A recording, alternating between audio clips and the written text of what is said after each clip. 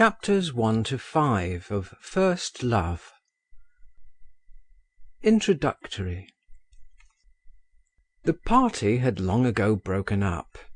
The clock struck 12:30. There was left in the room only the master of the house and Sergei Nikolaevitch and Vladimir Petrovitch. The master of the house rang and ordered the remains of the supper to be cleared away.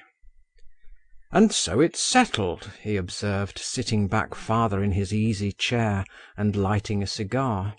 "Each of us is to tell the story of his first love. It's your turn, Sergei Nikolaevitch." Sergei Nikolaevitch, a round little man with a plump, light-complexioned face, gazed first at the master of the house, then raised his eyes to the ceiling. "I had no first love," he said at last. "I began with the second." "How was that?" "It's very simple. I was 18 when I had my first flirtation with a charming young lady, but I courted her just as though it were nothing new to me, just as I courted others later on. To speak accurately, the first and last time I was in love was with my nurse, when I was 6 years old. But that's in the remote past. The details of our relations have slipped out of my memory, and even if I remembered them, whom could they interest?" "Then how's it to be?" began the master of the house. "There was nothing much of interest about my first love either. I never fell in love with anyone till I met Anna Nikolaevna, now my wife. And everything went as smoothly as possible with us. Our parents arranged the match, we were very soon in love with each other, and got married without loss of time. My story can be told in a couple of words. I must confess, gentlemen, in bringing up the subject of first love, I reckoned upon you, I won't say old, but no longer young, bachelors. Can't you enliven us with something, Vladimir Petrovitch?" "My first love certainly was not quite an ordinary one," responded with some reluctance Vladimir Petrovitch, a man of 40 with black hair turning grey. "Ah," said the master of the house and Sergei Nikolaevitch with one voice. "So much the better. Tell us about it." "If you wish it. Or no, I won't tell the story. I'm no hand at telling a story. I make it dry and brief, or spun out and affected. If you'll allow me, I'll write out all I remember and read it to you." His friends at first would not agree, but Vladimir Petrovitch insisted on his own way. A fortnight later they were together again, and Vladimir Petrovitch kept his word. His manuscript contained the following story. Chapter 1. I was 16 then. It happened in the summer of 1833. I lived in Moscow with my parents. They had taken a country house for the summer near the Kaluga gate, facing the Neskuchny gardens. I was preparing for the university, but did not work much and was in no hurry. No one interfered with my freedom. I did what I liked, especially after parting with my last tutor, a Frenchman who had never been able to get used to the idea that he had fallen like a bomb, comme une bombe, into Russia, and would lie sluggishly in bed with an expression of exasperation on his face for days together. My father treated me with careless kindness. My mother scarcely noticed me, though she had no children except me. Other cares completely absorbed her. My father, a man still young and very handsome, had married her from mercenary considerations. She was 10 years older than he. My mother led a melancholy life. She was forever agitated, jealous and angry, but not in my father's presence. She was very much afraid of him, and he was severe, cold and distant in his behaviour. I have never seen a man more elaborately serene, self-confident and commanding. I shall never forget the first weeks I spent at the country house. The weather was magnificent. We left town on the 9th of May, on St. Nicholas's Day. I used to walk about in our garden, in the Neskutchny gardens, and beyond the town gates.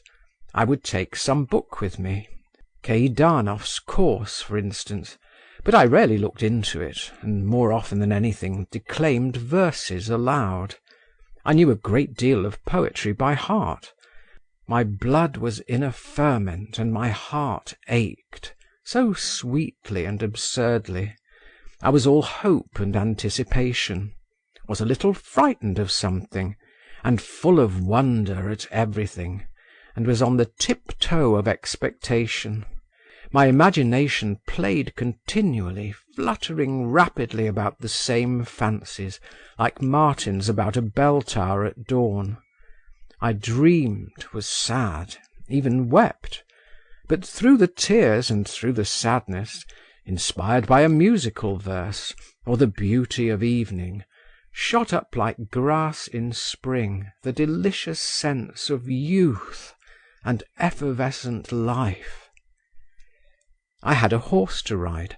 I used to saddle it myself and set off alone for long rides, break into a rapid gallop, and fancy myself a knight at a tournament.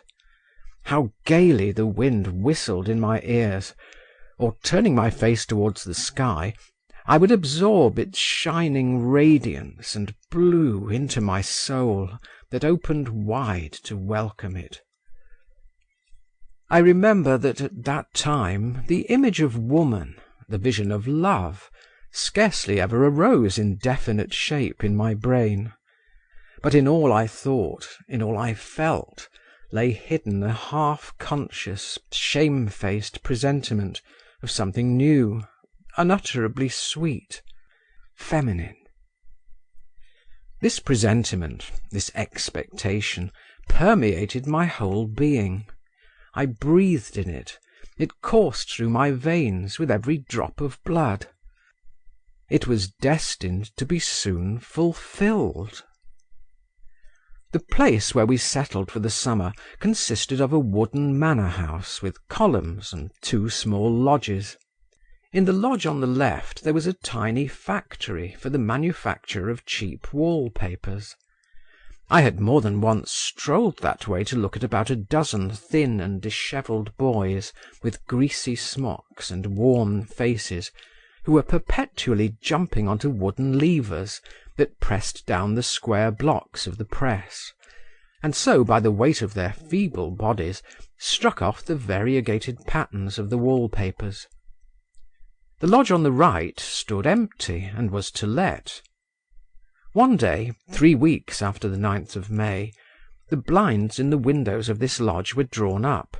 Women's faces appeared at them. Some family had installed themselves in it. I remember the same day at dinner my mother inquired of the butler who were our new neighbours, and hearing the name of Princess Zasyekin, first observed with some respect, "Ah, a princess," and then added, "A poor one, I suppose." "They arrived in 3 hired flies," the butler remarked deferentially as he handed a dish. "They don't keep their own carriage, and the furniture's of the poorest." "Ah," replied my mother, "so much the better." My father gave her a chilly glance. She was silent. Certainly the Princess Zasyekin could not be a rich woman. The lodge she had taken was so dilapidated and small and low-pitched that people even moderately well off in the world would hardly have consented to occupy it. At the time, however, all this went in at one ear and out at the other. The princely title had very little effect on me. I had just been reading Schiller's Robbers. Chapter 2. I was in the habit of wandering about our garden every evening on the lookout for rooks. I had long cherished a hatred for those wary, sly, and rapacious birds. On the day of which I have been speaking, I went as usual into the garden, and after patrolling all the walks without success (the rooks knew me, and merely cawed spasmodically at a distance), I chanced to go close to the low fence which separated our domain from the narrow strip of garden stretching beyond the lodge to the right, and belonging to it. I was walking along, my eyes on the ground. Suddenly I heard a voice. I looked across the fence, and was thunderstruck. I was confronted with a curious spectacle.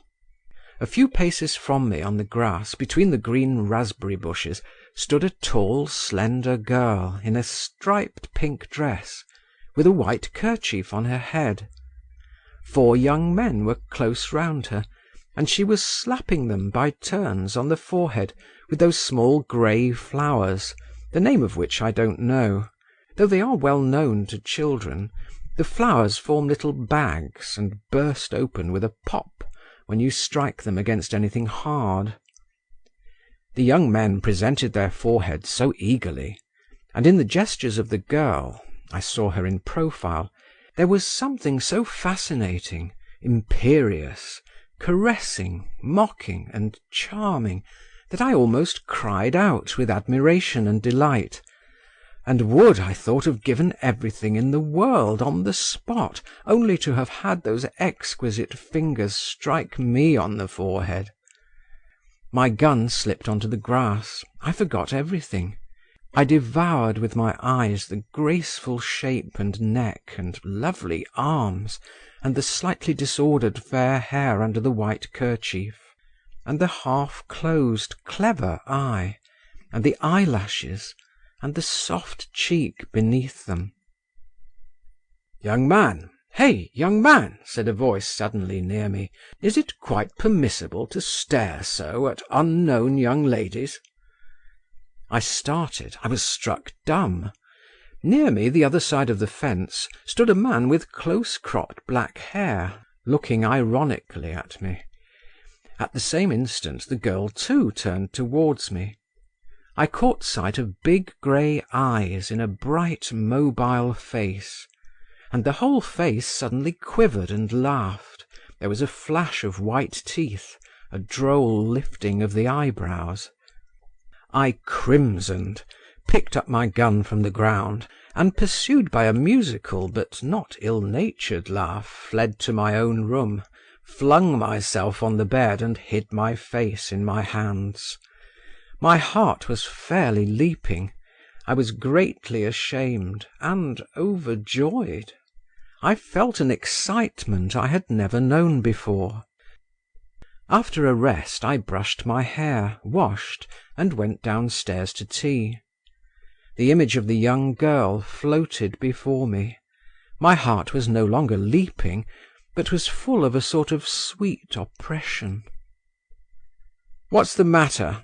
my father asked me all at once. "Have you killed a rook?" I was on the point of telling him all about it, but I checked myself, and merely smiled to myself. As I was going to bed, I rotated, I don't know why, 3 times on one leg, pomaded my hair, got into bed, and slept like a top all night. Before morning I woke up for an instant, raised my head, looked round me in ecstasy, and fell asleep again. Chapter 3. How can I make their acquaintance? Was my first thought when I waked in the morning. I went out in the garden before morning tea, but I did not go too near the fence, and saw no one. After drinking tea, I walked several times up and down the street before the house, and looked into the windows from a distance. I fancied her face at a curtain, and I hurried away in alarm. I must make her acquaintance, though, I thought, pacing distractedly about the sandy plain that stretches before Neskutchny Park. But how? That is the question. I recalled the minutest details of our meeting yesterday. I had, for some reason or other, a particularly vivid recollection of how she had laughed at me. But while I racked my brains and made various plans, fate had already provided for me. In my absence my mother had received from her new neighbour a letter on grey paper, sealed with brown wax, such as is only used in notices from the post office, or on the corks of bottles of cheap wine. In this letter, which was written in illiterate language and in a slovenly hand, the princess begged my mother to use her powerful influence in her behalf. My mother, in the words of the princess, was very intimate with persons of high position, upon whom her fortunes and her children's fortunes depended, as she had some very important business in hand. "I address myself to you," she wrote, "as one gentlewoman to another gentlewoman, and for that reason am glad to avail myself of the opportunity." Concluding, she begged my mother's permission to call upon her. I found my mother in an unpleasant state of indecision. My father was not at home, and she had no one of whom to ask advice. Not to answer a gentlewoman, and a princess into the bargain, was impossible. But my mother was in a difficulty as to how to answer her.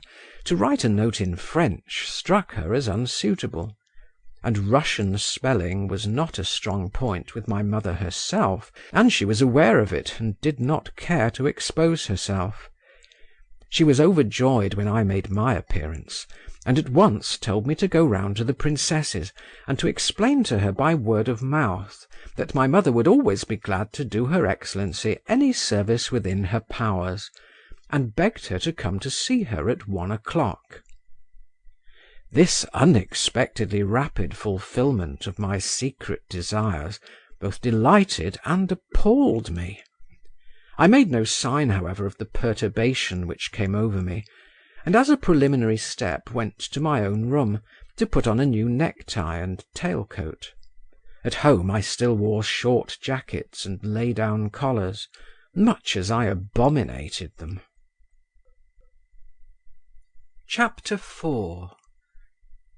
In the narrow and untidy passage of the lodge, which I entered with an involuntary tremor in all my limbs, I was met by an old grey-headed servant with a dark copper-coloured face, surly little pig's eyes, and such deep furrows on his forehead and temples as I had never beheld in my life. He was carrying a plate containing the spine of a herring that had been gnawed at, and shutting the door that led into the room with his foot, he jerked out, "What do you want?" "Is the Princess Zasyekin at home?" I inquired. "Vonifaty!" a jarring female voice screamed from within. The man without a word turned his back on me, exhibiting as he did so the extremely threadbare hind part of his livery, with a solitary reddish heraldic button on it. He put the plate down on the floor and went away. "Did you go to the police station?" the same female voice called again. The man muttered something in reply. "Eh? Has someone come?" I heard again. "The young gentleman from next door. Ask him in, then." "Will you step into the drawing-room?" said the servant, making his appearance once more, and picking up the plate from the floor. I mastered my emotions and went into the drawing-room. I found myself in a small and not over-clean apartment, containing some poor furniture that looked as if it had been hurriedly set down where it stood. At the window, in an easy chair with a broken arm, was sitting a woman of 50, bareheaded and ugly, in an old green dress, and a striped worsted wrap about her neck. Her small black eyes fixed me like pins. I went up to her and bowed. "I have the honour of addressing the Princess Zasyekin?" "I am the Princess Zasyekin. And you are the son of Mr. V?" "Yes, I have come to you with a message from my mother." "Sit down, please. Vonifaty, where are my keys? Have you seen them?" I communicated to Madame Zasyekin my mother's reply to her note. She heard me out, drumming with her fat red fingers on the window pane, and when I had finished she stared at me once more. "Very good, I'll be sure to come," she observed at last. "But how young you are! How old are you, may I ask?" "16," I replied with an involuntary stammer. The princess drew out of her pocket some greasy papers covered with writing, raised them right up to her nose and began looking through them. "A good age," she ejaculated suddenly, turning round restlessly on her chair. "And do you pray make yourself at home? I don't stand on ceremony." No, indeed, I thought, scanning her unprepossessing person with a disgust I could not restrain. At that instant another door flew open quickly, and in the doorway stood the girl I had seen the previous evening in the garden. She lifted her hand, and a mocking smile gleamed in her face. "Here is my daughter," observed the princess, indicating her with her elbow. "Zinotchka, the son of our neighbour, Mr. V. What is your name, allow me to ask?" "Vladimir," I answered, getting up and stuttering in my excitement. "And your father's name?" "Petrovitch." "Ah! I used to know a commissioner of police whose name was Vladimir Petrovitch too. Wanifati, don't look for my keys. The keys are in my pocket." The young girl was still looking at me with the same smile, faintly fluttering her eyelids, and putting her head a little on one side. "I have seen Monsieur Voldemar before," she began. The silvery note of her voice ran through me with a sort of sweet shiver. "You will let me call you so?" "Oh, please," I faltered. "Where was that?" asked the princess. The young princess did not answer her mother. "Have you anything to do just now?" she said, not taking her eyes off me. "Oh, no." "Would you like to help me wind some wool? Come in here to me." She nodded to me and went out of the drawing room. I followed her. In the room we went into the furniture was a little better, and was arranged with more taste, though indeed at the moment I was scarcely capable of noticing anything. I moved as in a dream, and felt all through my being a sort of intense blissfulness that verged on imbecility. The young princess sat down, took out a skein of red wool, and motioning me to a seat opposite her, carefully untied the skein and laid it across my hands. All this she did in silence, with a sort of droll deliberation, and with the same bright sly smile on her slightly parted lips. She began to wind the wool on a bent card, and all at once she dazzled me with a glance so brilliant and rapid that I could not help dropping my eyes. When her eyes, which were generally half closed, opened to their full extent, her face was completely transfigured. It was as though it were flooded with light. "What did you think of me yesterday, Monsieur Voldemar?" she asked after a brief pause. "You thought ill of me, I expect." "I, princess, I thought nothing. How can I?" I answered in confusion. "Listen," she rejoined. "You don't know me yet. I'm a very strange person. I like always to be told the truth. You, I have just heard, are 16, and I am 21. You see, I'm a great deal older than you, and so you ought always to tell me the truth, and to do what I tell you," she added. "Look at me. Why don't you look at me?" I was still more abashed. However, I raised my eyes to her. She smiled, not her former smile, but a smile of approbation. "Look at me," she said, dropping her voice caressingly. "I don't dislike that.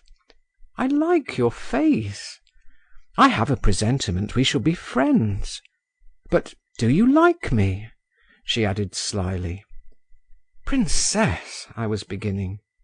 "In the first place you must call me Zinaïda Alexandrovna, and in the second place it's a bad habit for children," she corrected herself, "for young people, not to say straight out what they feel.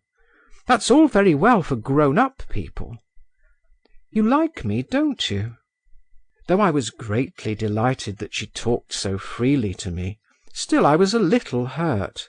I wanted to show her that she had not a mere boy to deal with, and assuming as easy and serious an air as I could, I observed, "Certainly, I like you very much, Zinaïda Alexandrovna. I have no wish to conceal it." She shook her head very deliberately. "Have you a tutor?" she asked suddenly. "No, I've not had a tutor for a long, long while." I told a lie. It was not a month since I had parted with my Frenchman. "Oh, I see then, you are quite grown up." She tapped me lightly on the fingers. "Hold your hands straight," and she applied herself busily to winding the ball. I seized the opportunity when she was looking down, and fell to watching her, at first stealthily, then more and more boldly. Her face struck me as even more charming than on the previous evening.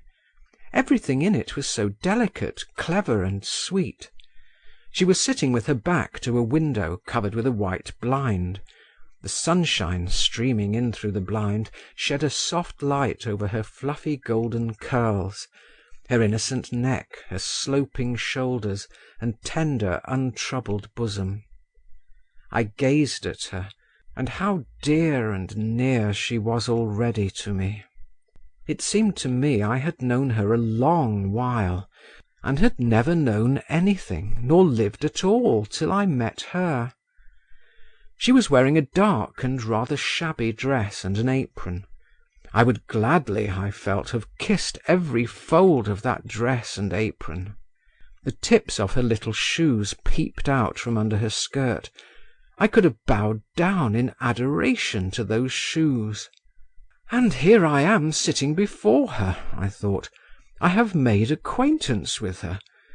What happiness, my God!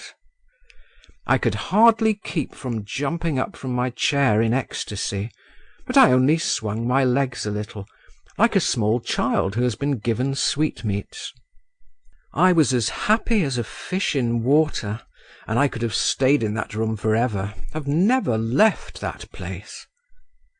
Her eyelids were slowly lifted, and once more her clear eyes shone kindly upon me, and again she smiled. "How you look at me!" she said slowly, and she held up a threatening finger. I blushed. "She understands it all, she sees it all," flashed through my mind. And how could she fail to understand and see it all? All at once there was a sound in the next room, the clink of a sabre. "Zina!" screamed the princess in the drawing-room. "Byelovzorov has brought you a kitten." "A kitten!" cried Zinaïda, and getting up from her chair impetuously, she flung the ball of worsted on my knees and ran away. I too got up, and laying the skein and the ball of wool on the window-sill, I went into the drawing-room and stood still, hesitating. In the middle of the room a tabby kitten was lying with outstretched paws. Zinaïda was on her knees before it, cautiously lifting up its little face. Near the old princess, and filling up almost the whole space between the two windows, was a flaxen, curly-headed young man, a hussar, with a rosy face and prominent eyes. "What a funny little thing!" Zinaïda was saying. "And its eyes are not grey but green. And what long ears! Thank you, Viktor Yegoritch, you are very kind."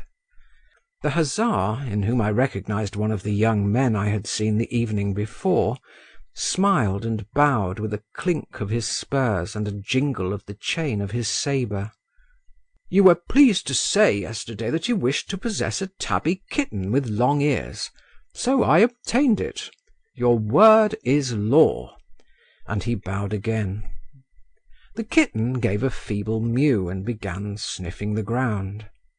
"It's hungry," cried Zinaïda. "Vonifaty, Sonia, bring some milk." A maid in an old yellow gown with a faded kerchief at her neck came in with a saucer of milk and set it before the kitten. The kitten started, blinked, and began lapping. "What a pink little tongue it has," remarked Zinaïda, putting her head almost on the ground and peeping at it sideways under its very nose. The kitten, having had enough, began to purr and move its paws affectedly. Zinaïda got up, and turning to the maid, said carelessly, "Take it away." "For the kitten, your little hand," said the hussar, with a simper and a shrug of his strongly built frame, which was tightly buttoned up in a new uniform. "Both," replied Zinaïda, and she held out her hands to him. While he was kissing them, she looked at me over his shoulder. I stood stock still in the same place, and did not know whether to laugh, to say something, or to be silent. Suddenly, through the open door into the passage, I caught sight of our footman, Fyodor. He was making signs to me. Mechanically, I went out to him. "What do you want?" I asked. "Your mamma has sent for you," he said in a whisper. "She is angry that you have not come back with the answer." "Why, have I been here long?" "Over an hour." "Over an hour," I repeated unconsciously, and going back to the drawing-room I began to make bows and scrape with my heels. "Where are you off to?" the young princess asked, glancing at me from behind the hussar. "I must go home. So I am to say," I added, addressing the old lady, "that you will come to us about 2. "Do you say so, my good sir?" The princess hurriedly pulled out her snuff-box, and took snuff so loudly that I positively jumped. "Do you say so?" she repeated, blinking tearfully and sneezing. I bowed once more, turned, and went out of the room, with that sensation of awkwardness in my spine which a very young man feels when he knows he is being looked at from behind. "Mind you come and see us again, Monsieur Voldemar," Zinaïda called, and she laughed again. Why is it she's always laughing, I thought, as I went back home escorted by Fyodor, who said nothing to me, but walked behind me with an air of disapprobation. My mother scolded me, and wondered whatever I could have been doing so long at the princess's. I made her no reply, and went off to my own room. I felt suddenly very sad. I tried hard not to cry. I was jealous of the hussar. Chapter 5. The princess called on my mother as she had promised, and made a disagreeable impression on her. I was not present at their interview, but at table my mother told my father that this Princess Zasyekin struck her as a femme très vulgaire, that she had quite worn her out, begging her to interest Prince Sergei in their behalf, that she seemed to have no end of lawsuits and affairs on hand, de vilaines affaires d'argent, and must be a very troublesome and litigious person. My mother added, however, that she had asked her and her daughter to dinner the next day.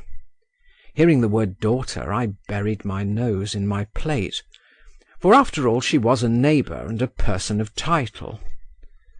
Upon this my father informed my mother that he remembered now who this lady was, that he had in his youth known the deceased Prince Zasyekin, a very well-bred but frivolous and absurd person, that he had been nicknamed in society Le Parisien, from having lived a long while in Paris, that he had been very rich, but had gambled away all his property, and for some unknown reason, probably for money, though indeed he might have chosen better if so, my father added with a cold smile, he had married the daughter of an agent, and after his marriage had entered upon speculations and ruined himself utterly.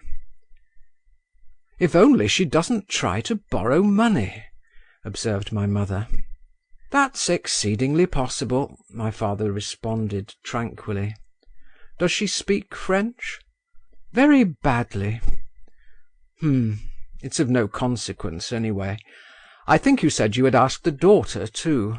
Someone was telling me she was a very charming and cultivated girl." "Ah, then she can't take after her mother." "Nor her father either," rejoined my father. "He was cultivated indeed, but a fool." My mother sighed and sank into thought. My father said no more. I felt very uncomfortable during this conversation. After dinner I went into the garden, but without my gun. I swore to myself that I would not go near the Zasyekins' garden. But an irresistible force drew me thither, and not in vain. I had hardly reached the fence when I caught sight of Zinaïda. This time she was alone. She held a book in her hands and was coming slowly along the path. She did not notice me. I almost let her pass by, but all at once I changed my mind and coughed. She turned round, but did not stop, pushed back with one hand the broad blue ribbon of her round straw hat, looked at me, smiled slowly, and again bent her eyes on the book. I took off my cap, and after hesitating a moment, walked away with a heavy heart. Que suis-je pour elle? I thought, God knows why, in French. Familiar footsteps sounded behind me. I looked round. My father came up to me with his light, rapid walk. "Is that the young princess?" he asked me. "Yes." "Why, do you know her?" "I saw her this morning at the princess's." My father stopped, and turning sharply on his heel, went back. When he was on a level with Zinaïda, he made her a courteous bow. She too bowed to him with some astonishment on her face, and dropped her book. I saw how she looked after him. My father was always irreproachably dressed, simple and in a style of his own. But his figure had never struck me as more graceful, never had his grey hat sat more becomingly on his curls, which were scarcely perceptibly thinner than they had once been. I bent my steps towards Zinaïda, but she did not even glance at me. She picked up her book again and went away. End of chapter 5. Chapter 6. The whole evening and the following day I spent in a sort of dejected apathy. I remember I tried to work, and took up Keidanov, but the boldly printed lines and pages of the famous textbook passed before my eyes in vain. I read 10 times over the words, "Julius Caesar was distinguished by warlike courage." I did not understand anything, and threw the book aside. Before dinner time I pomaded myself once more, and once more put on my tail-coat and necktie. "What's that for?" my mother demanded. "You're not a student yet, and God knows whether you'll get through the examination. And you've not long had a new jacket. You can't throw it away." "There will be visitors," I murmured, almost in despair. "What nonsense! Fine visitors indeed." I had to submit. I changed my tail-coat for my jacket, but I did not take off the necktie. The princess and her daughter made their appearance half an hour before dinner-time. The old lady had put on, in addition to the green dress with which I was already acquainted, a yellow shawl, and an old-fashioned cap adorned with flame-coloured ribbons. She began talking at once about her money difficulties, sighing, complaining of her poverty, and imploring assistance. But she made herself at home. She took snuff as noisily, and fidgeted and lolled about in her chair as freely as ever. It never seemed to have struck her that she was a princess. Zinaïda, on the other hand, was rigid, almost haughty in her demeanour, every inch a princess. There was a cold immobility and dignity in her face. I should not have recognized it. I should not have known her smiles, her glances, though I thought her exquisite in this new aspect too. She wore a light barège dress with pale blue flowers on it. Her hair fell in long curls down her cheek, in the English fashion. This style went well with the cold expression of her face. My father sat beside her during dinner, and entertained his neighbour with the finished and serene courtesy peculiar to him. He glanced at her from time to time, and she glanced at him, but so strangely, almost with hostility. Their conversation was carried on in French. I was surprised, I remember, at the purity of Zinaïda's accent. The princess, while we were at table, as before, made no ceremony. She ate a great deal, and praised the dishes. My mother was obviously bored by her, and answered her with a sort of weary indifference. My father faintly frowned now and then. My mother did not like Zinaïda either. "A conceited minx," she said next day. "And fancy, what has she to be conceited about, avec sa mine de grisette?" "It's clear you have never seen any grisette," my father observed to her. "Thank God I haven't." "Thank God, to be sure. Only how can you form an opinion of them, then?" To me, Zinaïda had paid no attention whatever. Soon after dinner the princess got up to go. "I shall rely on your kind offices, Maria Nikolaevna and Piotr Vassiliitch," she said in a doleful sing-song to my mother and father. "I've no help for it. There were days, but they are over. Here I am an excellency, and a poor honour it is, with nothing to eat." My father made her a respectful bow, and escorted her to the door of the hall. I was standing there in my short jacket, staring at the floor, like a man under sentence of death. Zinaïda's treatment of me had crushed me utterly. What was my astonishment when, as she passed me, she whispered quickly with her former kind expression in her eyes, "Come to see us at 8, do you hear? Be sure." I simply threw up my hands, but already she was gone, flinging a white scarf over her head. Chapter 7. At 8 o'clock precisely, in my tail-coat and with my hair brushed up into a tuft on my head, I entered the passage of the lodge where the princess lived. The old servant looked crossly at me, and got up unwillingly from his bench. There was a sound of merry voices in the drawing-room. I opened the door and fell back in amazement. In the middle of the room was the young princess, standing on a chair, holding a man's hat in front of her. Round the chair crowded some half a dozen men. They were trying to put their hands into the hat, while she held it above their heads, shaking it violently. On seeing me, she cried, "Stay, stay, another guest, he must have a ticket too." And leaping lightly down from the chair, she took me by the cuff of my coat. "Come along," she said. "Why are you standing still?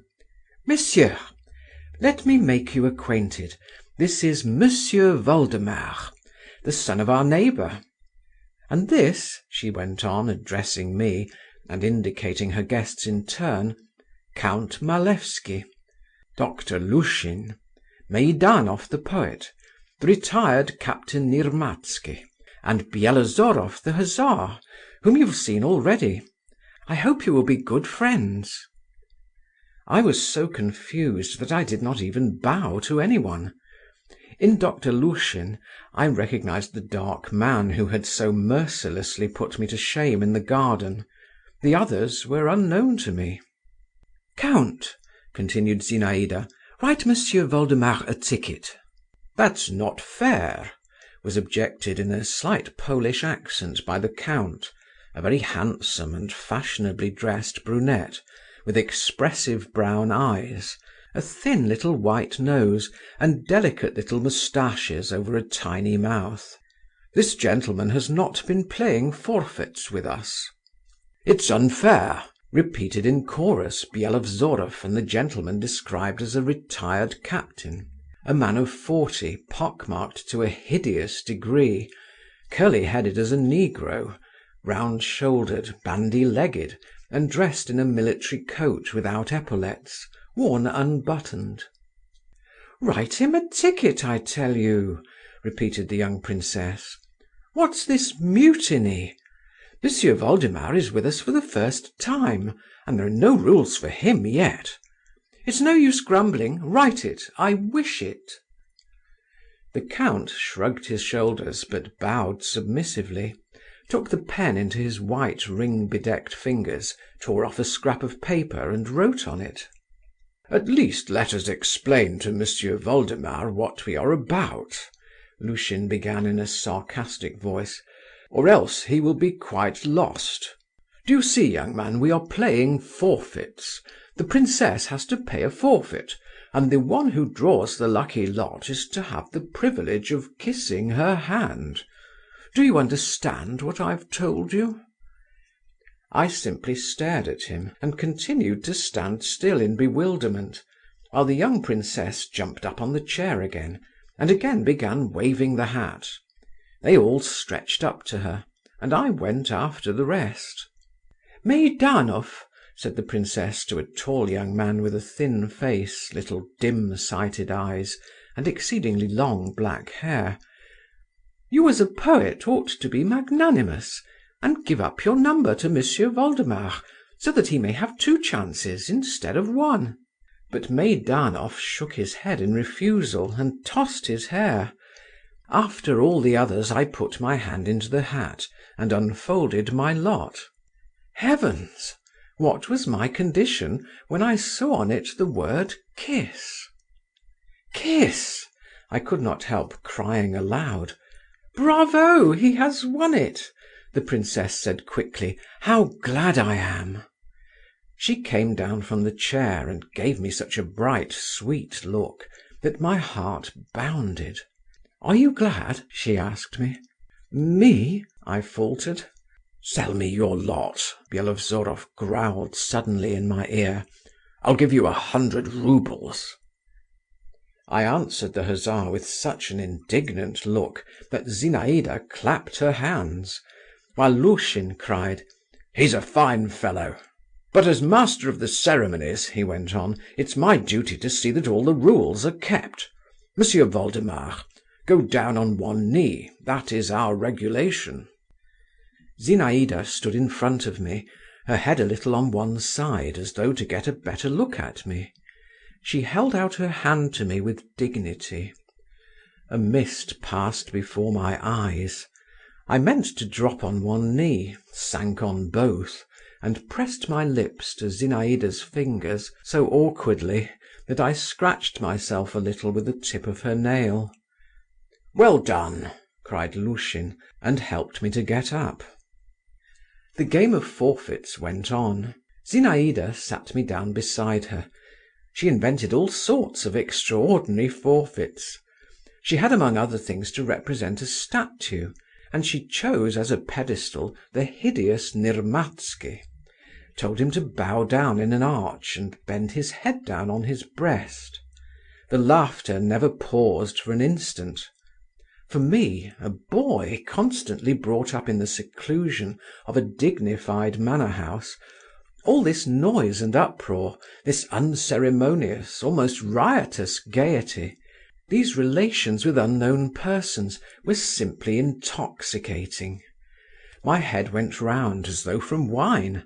I began laughing and talking louder than the others, so much so that the old princess, who was sitting in the next room with some sort of clerk from the Tversky gate, invited by her for consultation on business, positively came in to look at me. But I felt so happy that I did not mind anything. I didn't care a straw for anyone's jeers or dubious looks. Zinaïda continued to show me a preference, and kept me at her side. In one forfeit I had to sit by her, both hidden under one silk handkerchief. I was to tell her my secret.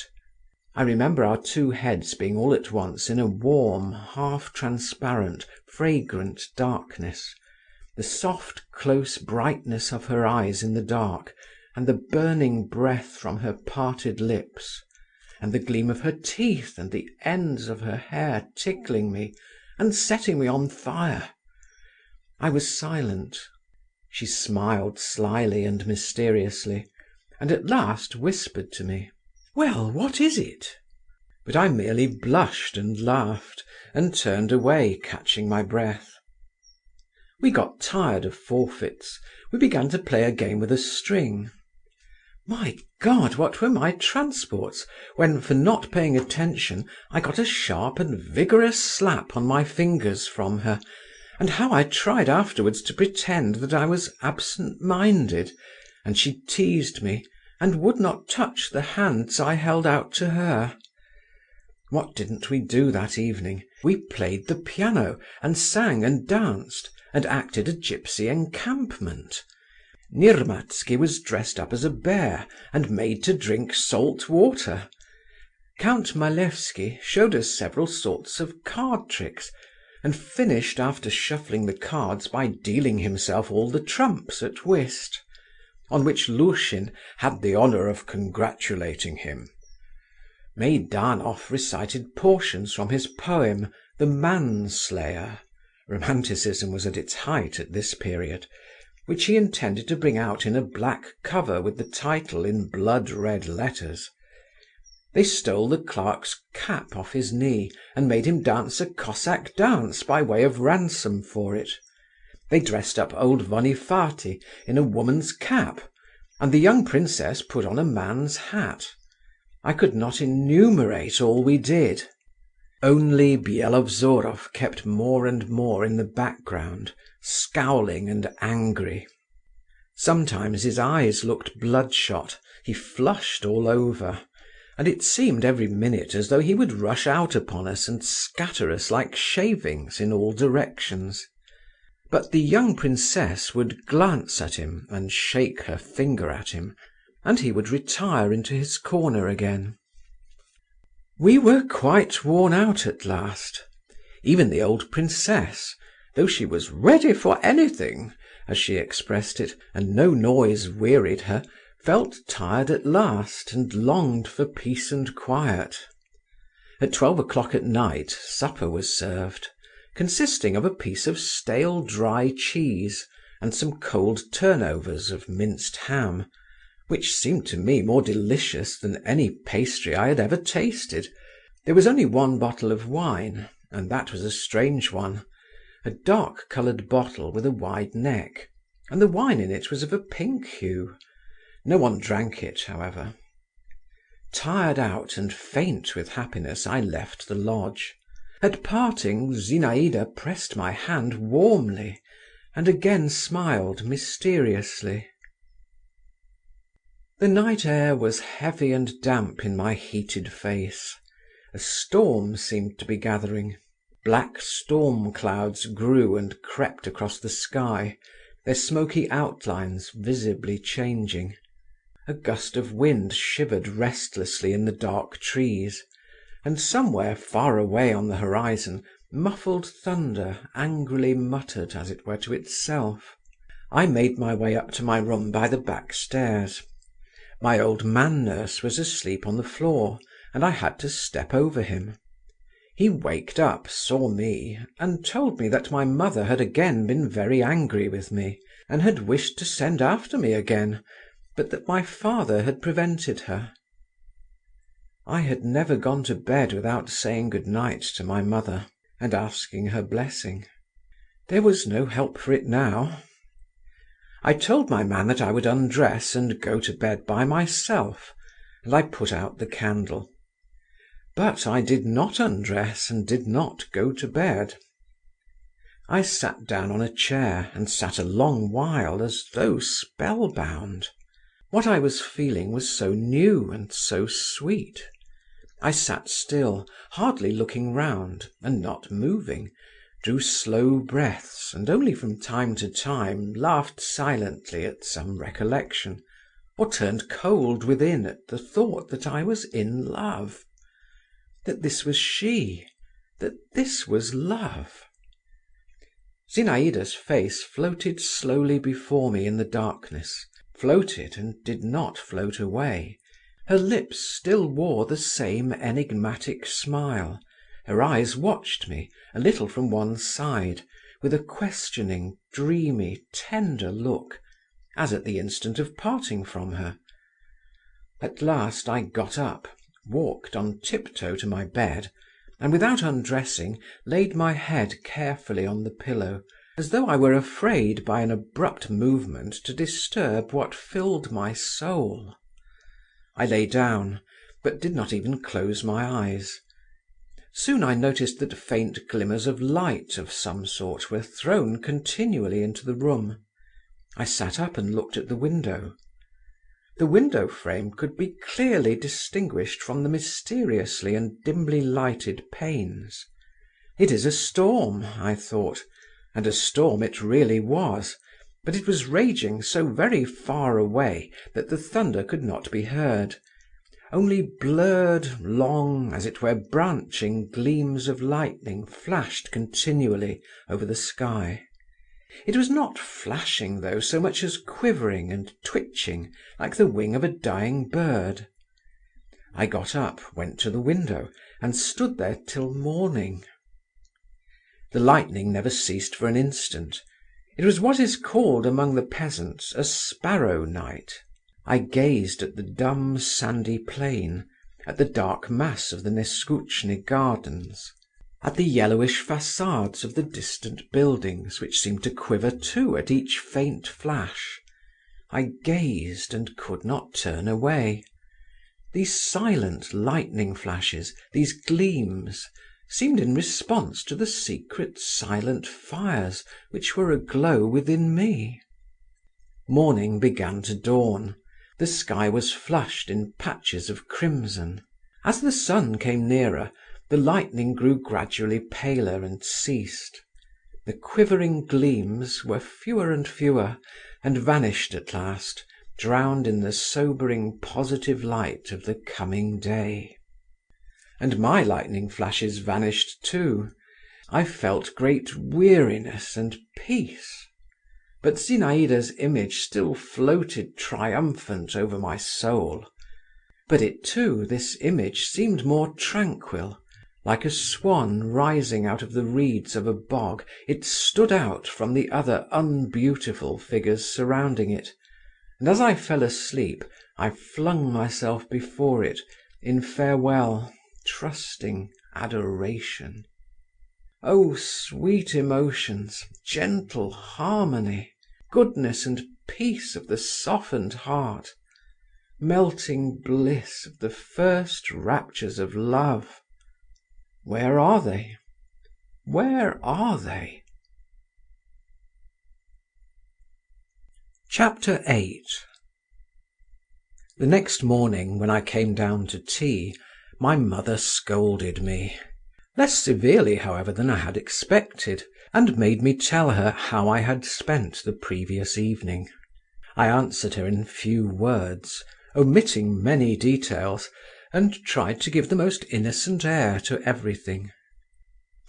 "Anyway, they're people who are not comme il faut," my mother commented, "and you've no business to be hanging about there, instead of preparing yourself for the examination and doing your work." As I was well aware that my mother's anxiety about my studies was confined to these few words, I did not feel it necessary to make any rejoinder.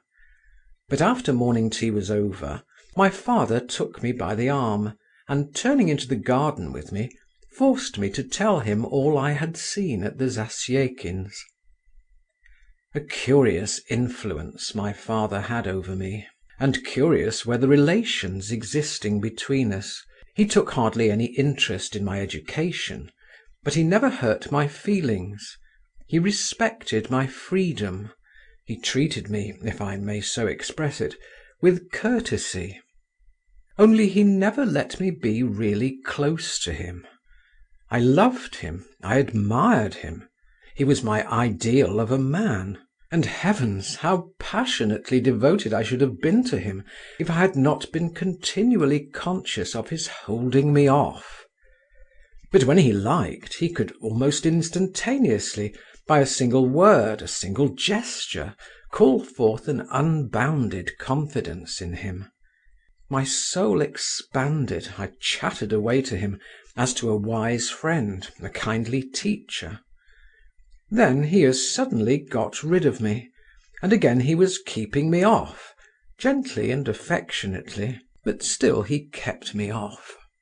Sometimes he was in high spirits, and then he was ready to romp and frolic with me like a boy. He was fond of vigorous physical exercise of every sort. Once, it never happened a second time, he caressed me with such tenderness that I almost shed tears. But high spirits and tenderness alike vanished completely, and what had passed between us gave me nothing to build on for the future. It was as though I had dreamed it all. Sometimes I would scrutinize his clever, handsome, bright face. My heart would throb, and my whole being yearn to him. He would seem to feel what was going on within me, would give me a passing pat on the cheek and go away, or take up some work, or suddenly freeze all over as only he knew how to freeze, and I shrank into myself at once and turned cold too. His rare fits of friendliness to me were never called forth by my silent but intelligible entreaties. They always occurred unexpectedly. Thinking over my father's character later, I have come to the conclusion that he had no thoughts to spare for me and for family life. His heart was in other things, and found complete satisfaction elsewhere. Take for yourself what you can, and don't be ruled by others. To belong to oneself, the whole savour of life lies in that, he said to me one day. Another time I, as a young democrat, fell to airing my views on liberty. He was kind, as I used to call it that day, and at such times I could talk to him as I liked. Liberty, he repeated. And do you know what can give a man liberty? What? Will, his own will, and it gives power, which is better than liberty. Know how to will, and you will be free, and will lead. My father before all, and above all, desired to live, and lived. Perhaps he had a presentiment that he would not have long to enjoy the savour of life. He died at 42. I described my evening at the Zasyekins' minutely to my father. Half attentively, half carelessly, he listened to me, sitting on a garden seat, drawing in the sand with his cane. Now and then he laughed, shot bright droll glances at me, and spurred me on with short questions and assents. At first I could not bring myself even to utter the name of Zinaïda, but I could not restrain myself long, and began singing her praises. My father still laughed. Then he grew thoughtful, stretched, and got up. I remembered that as he came out of the house he had ordered his horse to be saddled. He was a splendid horseman, and long before Rarey had the secret of breaking in the most vicious horses. "Shall I come with you, father?" I asked. "No," he answered, and his face resumed its ordinary expression of friendly indifference. "Go alone if you like, and tell the coachman I'm not going." He turned his back on me and walked rapidly away.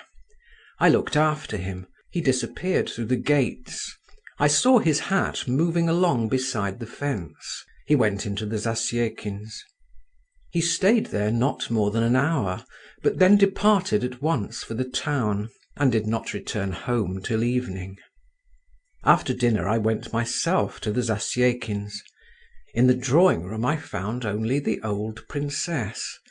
On seeing me she scratched her head under her cap with a knitting needle, and suddenly asked me, could I copy a petition for her? "With pleasure," I replied, sitting down on the edge of a chair. "Only mind and make the letters bigger," observed the princess, handing me a dirty sheet of paper. And couldn't you do it today, my good sir?" "Certainly, I will copy it today." The door of the next room was just opened, and in the crack I saw the face of Zinaïda, pale and pensive, her hair flung carelessly back. She stared at me with big chilly eyes, and softly closed the door. "Zina! Zina!" called the old lady. Zinaïda made no response. I took home the old lady's petition and spent the whole evening over it. Chapter 9. My passion dated from that day. I felt at that time, I recollect, something like what a man must feel on entering the service. I had ceased now to be simply a young boy. I was in love. I have said that my passion dated from that day. I might have added that my sufferings too dated from the same day. Away from Zinaïda I pined. Nothing was to my mind. Everything went wrong with me. I spent whole days thinking intensely about her. I pined when away, but in her presence I was no better off. I was jealous. I was conscious of my insignificance. I was stupidly sulky or stupidly abject, and all the same an invincible force drew me to her, and I could not help a shudder of delight whenever I stepped through the doorway of her room. Zinaïda guessed at once that I was in love with her, and indeed I never even thought of concealing it. She amused herself with my passion, made a fool of me, petted and tormented me. There is a sweetness in being the sole source, the autocratic and irresponsible cause of the greatest joy and profoundest pain to another, and I was like wax in Zinaïda's hands. Though indeed I was not the only one in love with her. All the men who visited the house were crazy over her, and she kept them all in leading strings at her feet. It amused her to arouse their hopes and then their fears, to turn them round her finger. She used to call it knocking their heads together, while they never dreamed of offering resistance and eagerly submitted to her. About her whole being, so full of life and beauty, there was a peculiarly bewitching mixture of slyness and carelessness, of artificiality and simplicity, of composure and frolicsomeness. About everything she did or said, about every action of hers, there clung a delicate, fine charm, in which an individual power was manifest at work. And her face was ever changing, working too. It expressed, almost at the same time, irony, dreaminess, and passion. Various emotions, delicate and quick-changing as the shadows of clouds on a sunny day of wind, chased one another continually over her lips and eyes. Each of her adorers was necessary to her. Byelovzorov, whom she sometimes called "my wild beast," and sometimes simply "mine," would gladly have flung himself into the fire for her sake. With little confidence in his intellectual abilities and other qualities, he was for ever offering her marriage, hinting that the others were merely hanging about with no serious intention. Meidanov responded to the poetic fibres of her nature. A man of rather cold temperament, like almost all writers, he forced himself to convince her, and perhaps himself, that he adored her, sang her praises in endless verses, and read them to her with a peculiar enthusiasm, at once affected and sincere. She sympathized with him, and at the same time jeered at him a little. She had no great faith in him, and after listening to his outpourings, she would make him read Pushkin, as she said, to clear the air. Lushin, the ironical doctor, so cynical in words, knew her better than any of them, and loved her more than all, though he abused her to her face and behind her back. She could not help respecting him, but made him smart for it, and at times, with a peculiar malignant pleasure, made him feel that he too was at her mercy. "I'm a flirt, I'm heartless, I'm an actress in my instincts," she said to him one day in my presence. "Well and good. Give me your hand then. I'll stick this pin in it. You'll be ashamed of this young man seeing it. It will hurt you. But you'll laugh for all that, you truthful person." Lushin crimsoned, turned away, bit his lips, but ended by submitting his hand. She pricked it, and he did in fact begin to laugh. And she laughed, thrusting the pin in pretty deeply, and peeping into his eyes, which he vainly strove to keep in other directions. I understood least of all the relations existing between Zinaïda and Count Malevsky. He was handsome, clever, and adroit, but something equivocal, something false in him was apparent even to me, a boy of 16, and I marvelled that Zinaïda did not notice it. But possibly she did notice this element of falsity really, and was not repelled by it. Her irregular education, strange acquaintances and habits, the constant presence of her mother, the poverty and disorder in their house, everything, from the very liberty the young girl enjoyed, with the consciousness of her superiority to the people around her, had developed in her a sort of half-contemptuous carelessness and lack of fastidiousness. At any time anything might happen. Vonifaty might announce that there was no sugar, or some revolting scandal would come to her ears, or her guests would fall to quarrelling among themselves. She would only shake her curls and say, "What does it matter?" and care little enough about it. But my blood, anyway, was sometimes on fire with indignation when Malevsky approached her, with a sly, fox-like action, leaned gracefully on the back of her chair, and began whispering in her ear with a self-satisfied and ingratiating little smile, while she folded her arms across her bosom, looked intently at him, and smiled too, and shook her head. "What induces you to receive Count Malevsky?" I asked her one day. "He has such pretty moustaches," she answered, "but that's rather beyond you." "You needn't think I care for him," she said to me another time. "No, I don't care for people I have to look down upon. I must have someone who can master me. But, merciful heavens, I hope I may never come across anyone like that. I don't want to be caught in anyone's claws, not for anything." "You'll never be in love, then?" "And you, don't I love you?" she said, and she flicked me on the nose with the tip of her glove. Yes, Zinaïda amused herself hugely at my expense. For 3 weeks I saw her every day. And what she didn't do with me! She rarely came to see us, and I was not sorry for it. In our house she was transformed into a young lady, a young princess, and I was a little overawed by her.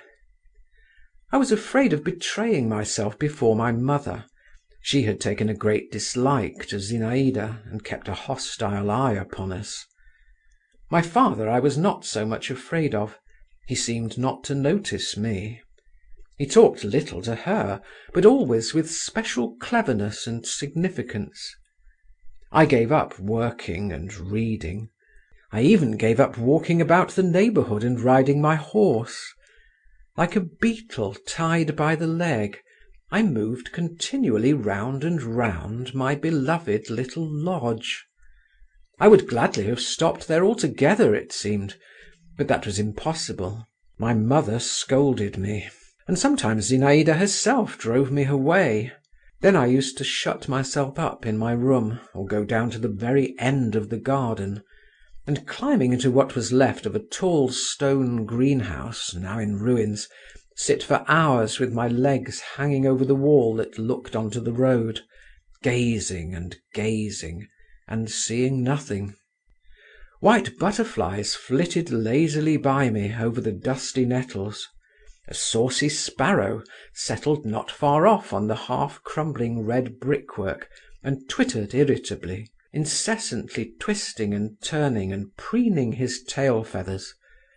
The still mistrustful rooks cawed now and then, sitting high, high up on the bare top of a birch-tree. The sun and wind played softly on its pliant branches. The tinkle of the bells of the Don monastery floated across to me from time to time, peaceful and dreary, while I sat, gazed, listened, and was filled full of a nameless sensation in which all was contained: sadness and joy and the foretaste of the future, and the desire and dread of life. But at that time I understood nothing of it, and I could have given a name to nothing of all that was passing at random within me, or should have called it all by one name, the name of Zinaïda. Zinaïda continued to play cat and mouse with me. She flirted with me, and I was all agitation and rapture. Then she would suddenly thrust me away, and I dared not go near her, dared not look at her.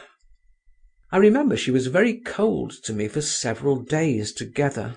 I was completely crushed, and creeping timidly to their lodge, tried to keep close to the old princess, regardless of the circumstance that she was particularly scolding and grumbling just at that time. Her financial affairs had been going badly, and she had already had 2 explanations with the police officials. One day I was walking in the garden beside the familiar fence, and I caught sight of Zinaïda. Leaning on both arms, she was sitting on the grass, not stirring a muscle. I was about to make off cautiously, but she suddenly raised her head and beckoned me imperiously. My heart failed me. I did not understand her at first. She repeated her signal. I promptly jumped over the fence and ran joyfully up to her, but she brought me to a halt with a look, and motioned me to the path 2 paces from her. In confusion, not knowing what to do, I fell on my knees at the edge of the path. She was so pale. Such bitter suffering, such intense weariness was expressed in every feature of her face, that it sent a pang to my heart, and I muttered unconsciously, "What is the matter?" Zinaïda stretched out her head, picked a blade of grass, bit it, and flung it away from her. "You love me very much?" she asked at last. "Yes." I made no answer. Indeed, what need was there to answer? "Yes," she said, looking at me as before, "that's so." "The same eyes," she went on, sank into thought and hid her face in her hands. "Everything's grown so loathsome to me," she whispered. "I would have gone to the other end of the world first. I can't bear it. I can't get over it. And what is there before me? Ah, I am wretched. My God, how wretched I am!" "What for?" I asked timidly. Zinaïda made no answer. She simply shrugged her shoulders. I remained kneeling, gazing at her with intense sadness. Every word she had uttered simply cut me to the heart. At that instant I felt I would gladly have given my life, if only she should not grieve.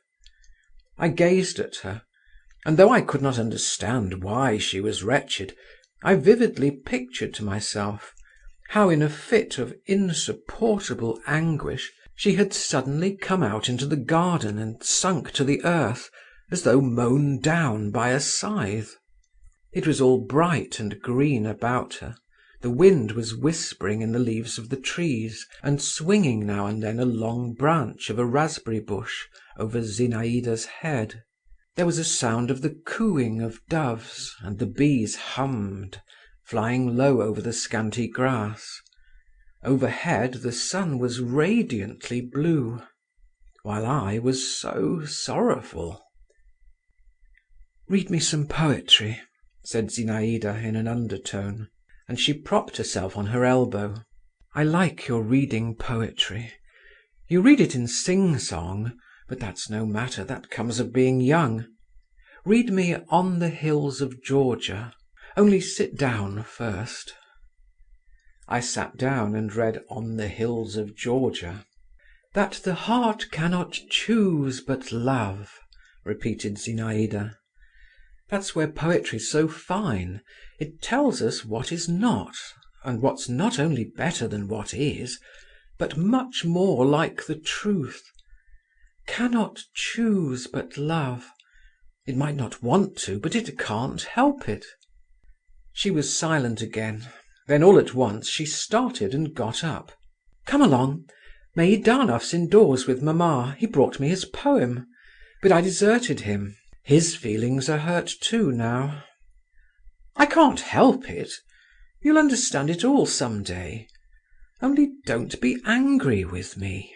Zinaïda hurriedly pressed my hand and ran on ahead. We went back into the lodge. Meidanov set to reading us his Manslayer, which had just appeared in print, but I did not hear him. He screamed and drawled his 4-foot iambic lines. The alternating rhythms jingled like little bells, noisy and meaningless, while I still watched Zinaïda, and tried to take in the import of her last words. "Perchance some unknown rival has surprised and mastered thee," Meidanov bawled suddenly through his nose. And my eyes and Zinaïda's met. She looked down and faintly blushed. I saw her blush and grew cold with terror. I had been jealous before, but only at that instant the idea of her being in love flashed upon my mind. Good God! She is in love. End of chapter 9. Chapters 10 to 14 of First Love. Chapter 10. My real torments began from that instant. I racked my brains, changed my mind and changed it back again, and kept an unremitting, though as far as possible secret watch on Zinaïda. A change had come over her, that was obvious. She began going walks alone, and long walks. Sometimes she would not see visitors. She would sit for hours together in her room. This had never been a habit of hers till now. I suddenly became, or fancied I had become, extraordinarily penetrating. "Isn't it he? Or isn't it he?" I asked myself, passing in inward agitation from one of her admirers to another. Count Malevsky secretly struck me as more to be feared than the others, though for Zinaïda's sake I was ashamed to confess it to myself. My watchfulness did not see beyond the end of my nose, and its secrecy probably deceived no one. Anyway, Dr. Lushin soon saw through me. But he too had changed of late. He had grown thin, he laughed as often, but his laugh seemed more hollow, more spiteful, shorter. An involuntary nervous irritability took the place of his former light irony and assumed cynicism. "Why are you incessantly hanging about here, young man?" he said to me one day when we were left alone together in the Zasyekins' drawing-room. The young princess had not come home from a walk, and the shrill voice of the old princess could be heard within. She was scolding the maid. "You ought to be studying, working, while you're young, and what are you doing?" "You can't tell whether I work at home," I retorted with some haughtiness, but also with some hesitation. "A great deal of work you do. That's not what you're thinking about. Well, I won't find fault with that. At your age that's in the natural order of things. But you've been awfully unlucky in your choice. Don't you see what this house is?" "I don't understand you," I observed. "You don't understand. So much the worse for you. I regard it as a duty to warn you. Old bachelors like me can come here. What harm can it do us? We're tough, nothing can hurt us. What harm can it do us? But your skin's tender yet. This air is bad for you. Believe me, you may get harm from it." "How so?" "Why, are you well now? Are you in a normal condition? Is what you're feeling beneficial to you, good for you?" "Why, what am I feeling?" I said, while in my heart I knew the doctor was right. "Ah, young man," the doctor went on, with an intonation that suggested that something highly insulting to me was contained in these two words. "What's the use of your prevaricating, when, thank God, what's in your heart is in your face, so far? But there, what's the use of talking? I shouldn't come here myself if—" The doctor compressed his lips. "If I weren't such a queer fellow. Only this is what surprises me, how it is you, with your intelligence, don't see what is going on around you." "And what is going on?" I put in, all on the alert. The doctor looked at me with a sort of ironical compassion. "Nice of me," he said, as though to himself, as if he need know anything of it. "In fact, I tell you again," he added, raising his voice, "the atmosphere here is not fit for you. You like being here, but what of that? It's nice and sweet-smelling in a greenhouse, but there's no living in it. Yes, do as I tell you, and go back to your Keidanov." The old princess came in and began complaining to the doctor of her toothache. Then Zinaïda appeared. "Come," said the old princess, "you must scold her, doctor. She's drinking iced water all day long. Is that good for her, pray, with her delicate chest?" "Why do you do that?" asked Lushin. "Why, what effect could it have?" "What effect? You might get a chill and die." "Truly? Do you mean it? Very well, so much the better." "A fine idea," muttered the doctor. The old princess had gone out. "Yes, a fine idea," repeated Zinaïda. "Is life such a festive affair? Just look about you. Is it nice, Or do you imagine I don't understand it and don't feel it? It gives me pleasure, drinking iced water, and can you seriously assure me that such a life is worth too much to be risked for an instant's pleasure? Happiness I won't even talk about." "Oh, very well," remarked Lushin. "Caprice and irresponsibility. Those two words sum you up. Your whole nature's contained in those two words." Zinaïda laughed nervously. "You're late for the post, my dear doctor. You don't keep a good lookout. You're behind the times. Put on your spectacles. I'm in no capricious humour now. To make fools of you, to make a fool of myself. Much fun there is in that. And as for irresponsibility—" "Monsieur Voldemar," Zinaïda added suddenly, stamping, "don't make such a melancholy face. I can't endure people to pity me." She went quickly out of the room. "It's bad for you, very bad for you, this atmosphere, young man," Lushin said to me once more. Chapter 11. On the evening of the same day the usual guests were assembled at the Zasyekins'. I was among them. The conversation turned on Meidanov's poem. Zinaïda expressed genuine admiration of it. "But do you know what?" she said to him. "If I were a poet, I would choose quite different subjects. Perhaps it's all nonsense, but strange ideas sometimes come into my head, especially when I'm not asleep in the early morning, when the sky begins to turn rosy and grey both at once. I would, for instance— You won't laugh at me?" "No, no," we all cried with one voice.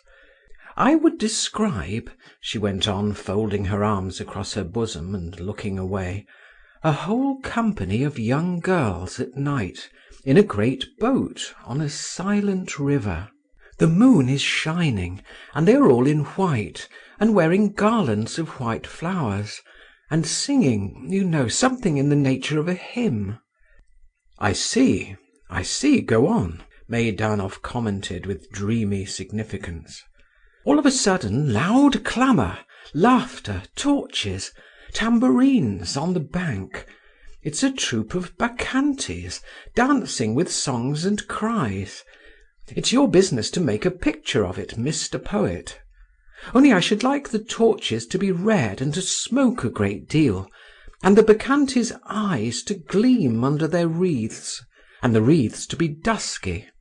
Don't forget the tiger skins too, and goblets, and gold, lots of gold." "Where ought the gold to be?" asked Meidanov, tossing back his sleek hair and distending his nostrils. "Where? On their shoulders and arms and legs, everywhere. They say in ancient times women wore gold rings on their ankles. The bacchantes call the girls in the boat to them. The girls have ceased singing their hymn, they cannot go on with it, but they do not stir. The river carries them to the bank. And suddenly one of them slowly rises. This you must describe nicely, how she slowly gets up in the moonlight, and how her companions are afraid. She steps over the edge of the boat, the bacchantes surround her, whirl her away into night and darkness. Here put in smoke in clouds, and everything in confusion. There is nothing but the sound of their shrill cry, and her wreath left lying on the bank." Zinaïda ceased. "Oh, she is in love," I thought again. "And is that all?" asked Meidanov. "That's all. That can't be the subject of a whole poem," he observed pompously, "but I will make use of your idea for a lyrical fragment." "In the romantic style?" queried Malevsky. "Of course, in the romantic style. Byronic." "Well, to my mind, Hugo beats Byron," the young count observed negligently. "He's more interesting." "Hugo is a writer of the first class," replied Meidanov, "and my friend Tonkosheev, in his Spanish romance, El Trovador—" "Ah, is that the book with the question marks turned upside down?" Zinaïda interrupted. "Yes, that's the custom with the Spanish. I was about to observe that Tonkosheev—" "Come, you're not going to argue about classicism and romanticism again," Zinaïda interrupted him a second time. "We'd much better play—" "Forfeits?" put in Lushin. "No, forfeits are a bore. At comparisons." This game Zinaïda had invented herself. Some object was mentioned, everyone tried to compare it with something, and the one who chose the best comparison got a prize. She went up to the window. The sun was just setting. High up in the sky were large red clouds. "What are those clouds like?" questioned Zinaïda. And without waiting for our answer, she said, "I think they are like the purple sails on the golden ship of Cleopatra, when she sailed to meet Antony. Do you remember, Meidanov, you were telling me about it not long ago?" All of us, like Polonius in Hamlet, opined that the clouds recalled nothing so much as those sails, and that not one of us could discover a better comparison. "And how old was Antony then?" inquired Zinaïda. "A young man, no doubt," observed Malevsky. "Yes, a young man," Meidanov chimed in confirmation. "Excuse me," cried Lushin, "he was over 40." "Over 40," repeated Zinaïda, giving him a rapid glance. I soon went home. "She is in love," my lips unconsciously repeated. But with whom? Chapter 12. The days passed by. Zinaïda became stranger and stranger, and more incomprehensible. One day I went over to her and saw her sitting in a basket chair, her head pressed to the sharp edge of the table. She drew herself up. Her whole face was wet with tears. "Ah, you," she said with a cruel smile. "Come here." I went up to her. She put her hand on my head, and suddenly catching hold of my hair, began pulling it. "It hurts me," I said at last. "Ah, does it? And do you suppose nothing hurts me?" she replied. "Ai!" she cried suddenly, seeing she had pulled a little tuft of hair out. "What have I done? Poor Monsieur Voldemar!" She carefully smoothed the hair she had torn out, stroked it round her finger, and twisted it into a ring. "I shall put your hair in a locket and wear it round my neck," she said, while the tears still glittered in her eyes. "That will be some small consolation to you, perhaps. And now, good-bye." I went home, and found an unpleasant state of things there. My mother was having a scene with my father. She was reproaching him with something, while he, as his habit was, maintained a polite and chilly silence, and soon left her. I could not hear what my mother was talking of, and indeed I had no thought to spare for the subject. I only remember that when the interview was over, she sent for me to her room, and referred with great displeasure to the frequent visits I paid the princess, who was, in her words, une femme capable de tout. I kissed her hand. This was what I always did when I wanted to cut short a conversation, and went off to my room. Zinaïda's tears had completely overwhelmed me. I positively did not know what to think, and was ready to cry myself. I was a child, after all, in spite of my 16 years. I had now given up thinking about Malevsky, though Byelovzorov looked more and more threatening every day, and glared at the wily count like a wolf at a sheep. But I thought of nothing and of no one. I was lost in imaginings, and was always seeking seclusion and solitude. I was particularly fond of the ruined greenhouse. I would climb up on the high wall and perch myself, and sit there such an unhappy, lonely and melancholy youth that I felt sorry for myself. And how consolatory were those mournful sensations, how I revelled in them!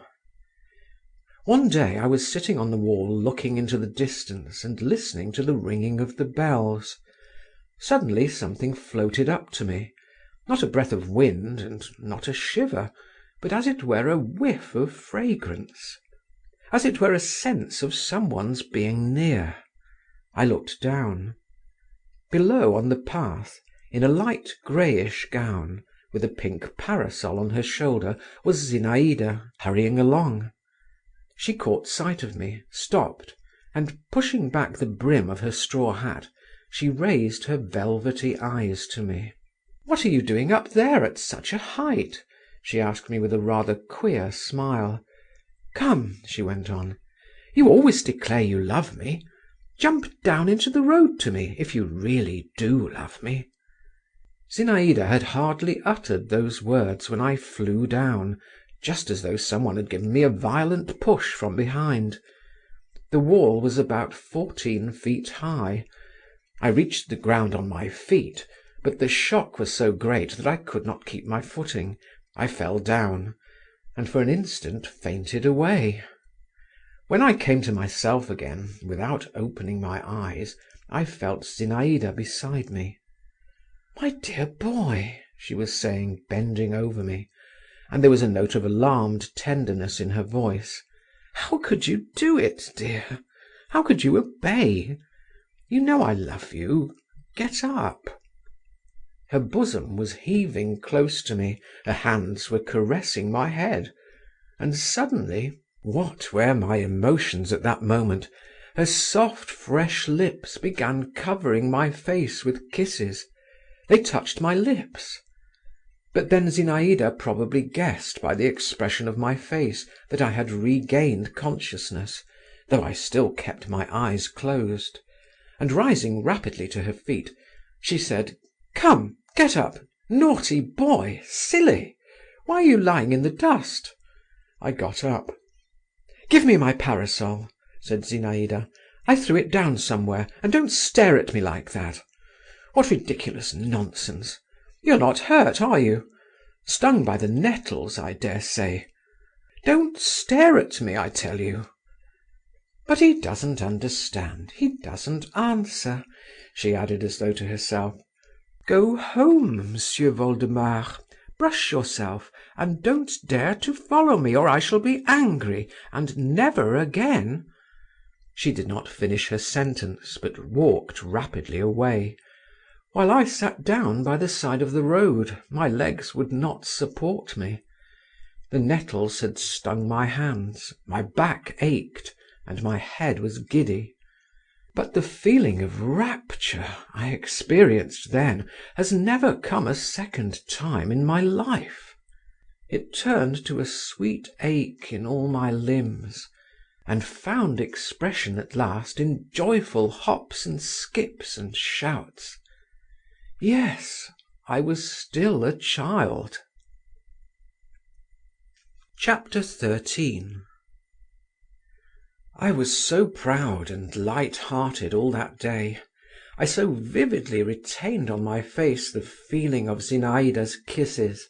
With such a shudder of delight I recalled every word she had uttered. I so hugged my unexpected happiness that I felt positively afraid, positively unwilling to see her who had given rise to these new sensations.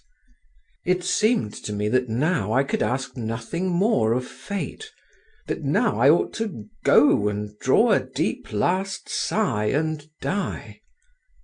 But next day, when I went into the lodge, I felt great embarrassment, which I tried to conceal under a show of modest confidence, befitting a man who wishes to make it apparent that he knows how to keep a secret.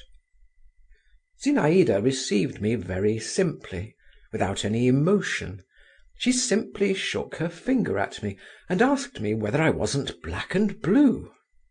All my modest confidence and air of mystery vanished instantaneously, and with them my embarrassment. Of course I had not expected anything particular, but Zinaïda's composure was like a bucket of cold water thrown over me. I realized that in her eyes I was a child, and was extremely miserable. Zinaïda walked up and down the room, giving me a quick smile whenever she caught my eye. But her thoughts were far away, I saw that clearly. Shall I begin about what happened yesterday myself? I pondered. Ask her where she was hurrying off so fast, so as to find out once for all. But with a gesture of despair I merely went and sat down in a corner. Bielosvorov came in. I felt relieved to see him. "I've not been able to find you a quiet horse," he said in a sulky voice. "Freitag warrants one, but I don't feel any confidence in it, I'm afraid." "What are you afraid of?" said Zinaïda. "Allow me to inquire?" "What am I afraid of? Why, you don't know how to ride. Lord save us, what might happen? What whim is this has come over you all of a sudden?" "Come, that's my business, Sir Wild Beast. In that case I will ask Piotr Vassilievitch." My father's name was Piotr Vassilievitch. I was surprised at her mentioning his name so lightly and freely, as though she were confident of his readiness to do her a service. "Oh, indeed," retorted Bielosvorov. "You mean to go out riding with him, then?" "With him or with someone else is nothing to do with you. Only not with you, anyway." "Not with me," repeated Bielosvorov. "As you wish. Well, I shall find you a horse." "Yes, only mind now, don't send some old cow. I warn you I want to gallop." "Gallop away, by all means. With whom is it? With Malevsky you are going to ride?" "And why not with him, Mr. Pugnacity? Come, be quiet," she added, "and don't glare." "I'll take you too." You know that to my mind now, Malevsky's... Oh!" She shook her head. "You say that to console me," growled Bielosvorov. Zinaïda half closed her eyes. "Does that console you?" "Oh, Mr. Pugnacity," she said at last, as though she could find no other word. "And you, Monsieur Voldemar, would you like to come with us?" "I don't care to, in a large party," I muttered, not raising my eyes. "You prefer a tête-à-tête? Well, freedom to the free, and heaven to the saints," she commented with a sigh. "Go along, Bielosvorov, and bestir yourself. I must have a horse for tomorrow." "Oh, and where's the money to come from?" put in the old princess. Zinaïda scowled. "I won't ask you for it. Bielosvorov will trust me." "He'll trust you, will he?" grumbled the old princess, and all of a sudden she screeched at the top of her voice. "Duniashka!" "Maman, I have given you a bell to ring," observed Zinaïda. "Duniashka!" repeated the old lady. Bielosvorov took leave. I went away with him. Zinaïda did not try to detain me. Chapter 14. The next day I got up early, cut myself a stick, and set off beyond the town gates. I thought I would walk off my sorrow. It was a lovely day, bright and not too hot. A fresh sportive breeze roved over the earth with temperate rustle and frolic, setting all things a-flutter and harassing nothing. I wandered a long while over hills and through woods. I had not felt happy. I had left home with the intention of giving myself up to melancholy. But youth, the exquisite weather, the fresh air, the pleasure of rapid motion, the sweetness of repose, lying on the grass in a solitary nook, gained the upper hand. The memory of those never-to-be-forgotten words, those kisses, forced itself once more upon my soul. It was sweet to me to think that Zinaïda could not anyway fail to do justice to my courage, my heroism. Others may seem better to her than I mused. Let them. But others only say what they would do, while I have done it. And what more would I not do for her? My fancy set to work. I began picturing to myself how I would save her from the hands of enemies, how, covered with blood, I would tear her by force from prison and expire at her feet. I remember a picture hanging in our drawing-room, Malek Adel bearing away Matilda.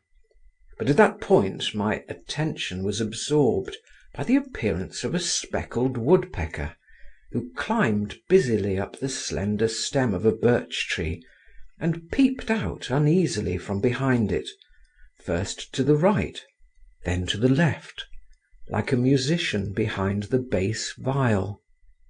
Then I sang "Not the White Snows," and passed from that to a song well known at that period, "I await thee when the wanton zephyr," and then I began reading aloud Yermak's address to the stars from Homyakov's tragedy. I made an attempt to compose something myself in a sentimental vein, and invented the line which was to conclude each verse. "Oh, Zinaïda, Zinaïda," but could get no further with it. Meanwhile it was getting on towards dinner-time. I went down into the valley. A narrow sandy path winding through it led to the town. I walked along this path. The dull thud of horses' hoofs resounded behind me. I looked round instinctively, stood still, and took off my cap. I saw my father and Zinaïda. They were riding side by side. My father was saying something to her, bending right over to her, his hand propped on the horse's neck. He was smiling. Zinaïda listened to him in silence, her eyes severely cast down, and her lips tightly pressed together. At first I saw them only, But a few instants later, Byelovzorov came into sight round a bend in the glade. He was wearing a hussar's uniform with a pelisse, and riding a foaming black horse. The gallant horse tossed its head, snorted, and pranced from side to side. His rider was at once holding him in and spurring him on. I stood aside. My father gathered up the reins, moved away from Zinaïda. She slowly raised her eyes to him, and both galloped off. Byelovzorov flew after them, his sabre clattering behind him. He's as red as a crab, I reflected, while why is she so pale? Out riding the whole morning, and pale. I redoubled my pace, and got home just at dinner time. My father was already sitting by my mother's chair, dressed for dinner, washed and fresh. He was reading an article from the Journal des Débats in his smooth, musical voice. But my mother heard him without attention, and when she saw me, asked where I had been to all day long, and added that she didn't like this gadding about God knows where, and God knows in what company. But I have been walking alone, I was on the point of replying, but I looked at my father, and for some reason or other held my peace. End of chapter 14. Chapters 15 to 17 of First Love. Chapter 15. For the next 5 or 6 days I hardly saw Zinaïda. She said she was ill, which did not, however, prevent the usual visitors from calling at the lodge, to pay, as they expressed it, their duty. All that is except Meidanov, who promptly grew dejected and sulky when he had not an opportunity of being enthusiastic. Byelovzorov sat sullen and red-faced in a corner, buttoned up to the throat. On the refined face of Malevsky there flickered continually an evil smile. He had really fallen into disfavour with Zinaïda, and waited with special assiduity on the old princess, and even went with her in a hired coach to call on the Governor-General. This expedition turned out unsuccessful, however, and even led to an unpleasant experience for Malevsky. He was reminded of some scandal to do with certain officers of the engineers, and was forced in his explanations to plead his youth and inexperience at the time. Lushin came twice a day, but did not stay long. I was rather afraid of him after our last unreserved conversation, and at the same time felt a genuine attraction to him. He went a walk with me one day in the Neskutchny gardens, was very good-natured and nice, told me the names and properties of various plants and flowers, and suddenly, apropos of nothing at all, cried, hitting himself on his forehead, "And I, poor fool, thought her a flirt. It's clear self-sacrifice is sweet for some people." "What do you mean by that?" I inquired. "I don't mean to tell you anything," Lushin replied abruptly. Zinaïda avoided me. My presence, I could not help noticing it, affected her disagreeably. She involuntarily turned away from me. Involuntarily, that was what was so bitter, that was what crushed me.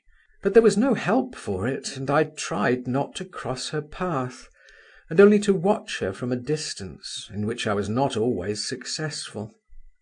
As before, something incomprehensible was happening to her.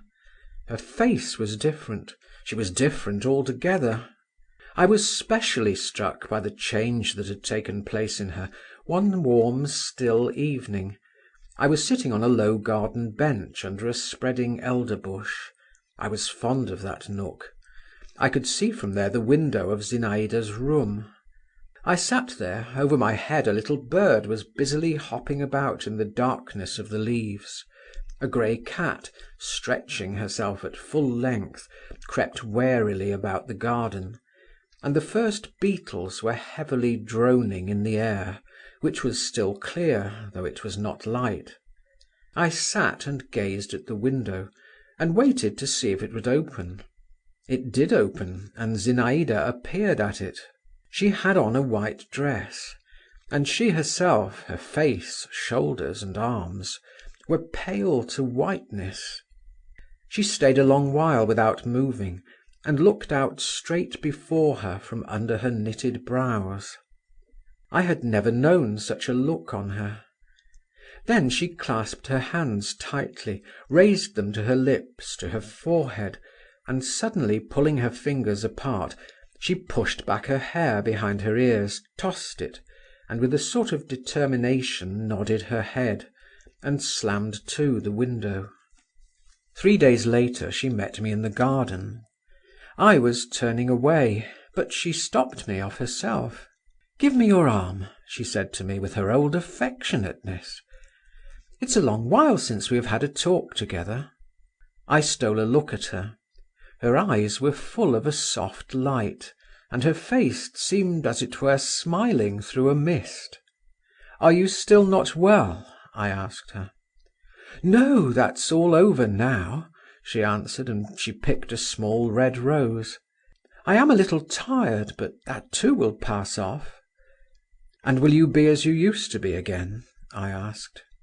Zinaïda put the rose up to her face, and I fancied the reflection of its bright petals had fallen on her cheeks.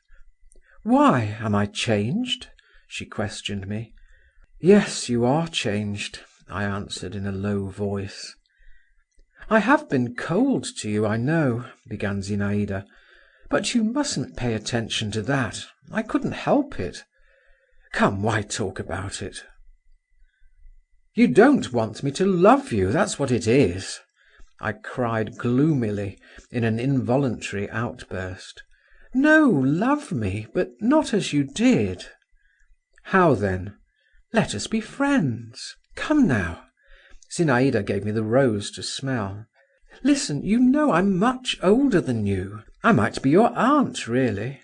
Well, not your aunt, but an older sister. And you think me a child," I interrupted. "Well, yes, a child, but a dear, good, clever one, whom I love very much. Do you know what? From this day forth I confer on you the rank of page to me. And don't you forget that pages have to keep close to their ladies. Here is the token of your new dignity," she added, sticking the rose in the buttonhole of my jacket. "The token of my favour." "I once received other favours from you," I muttered. "Ah," commented Zinaïda, and she gave me a sidelong look. "What a memory he has! Well, I'm quite ready now." And stooping to me, she imprinted on my forehead a pure, tranquil kiss. I only looked at her while she turned away, and saying, "Follow me, my page," went into the lodge. I followed her, all in amazement. Can this gentle, reasonable girl, I thought, be the Zinaïda I used to know? I fancied her very walk was quieter, her whole figure statelier and more graceful. And mercy, with what fresh force love burned within me. Chapter 16. After dinner the usual party assembled again at the lodge, and the young princess came out to them. All were there in full force, just as on that first evening which I never forgot. Even Nirmatsky had limped to see her. Meidanov came this time earliest of all. He brought some new verses. The games of forfeits began again, but without the strange pranks, the practical jokes and noise. The gypsy element had vanished. Zinaïda gave a different tone to the proceedings. I sat beside her by virtue of my office as page. Among other things, she proposed that anyone who had to pay a forfeit should tell his dream. But this was not successful. The dreams were either uninteresting. Byelovzorov had dreamed that he fed his mare on carp, and that she had a wooden head. or unnatural and invented. Meidanov regaled us with a regular romance. There were sepulchres in it, and angels with lyres, and talking flowers, and music wafted from afar. Zinaïda did not let him finish. "If we are to have compositions," she said, "let everyone tell something made up, and no pretence about it." The first who had to speak was again Byelovzorov. The young hussar was confused. "I can't make up anything," he cried. "What nonsense!" said Zinaïda. "Well, imagine, for instance, you are married, and tell us how you would treat your wife. Would you lock her up?" "Yes, I should lock her up." "And would you stay with her yourself?" "Yes, I should certainly stay with her myself." "Very good. Well, but if she got sick of that, and she deceived you?" "I should kill her." "And if she ran away?" "I should catch her up and kill her all the same." "Oh! And suppose now I were your wife, what would you do then?" Byelovzorov was silent a minute. "I should kill myself." Zinaïda laughed. "I see yours is not a long story." The next forfeit was Zinaïda's. She looked at the ceiling and considered. "Well, listen," she began at last. "What I have thought of. Picture to yourselves a magnificent palace, a summer night, and a marvellous ball. This ball is given by a young queen.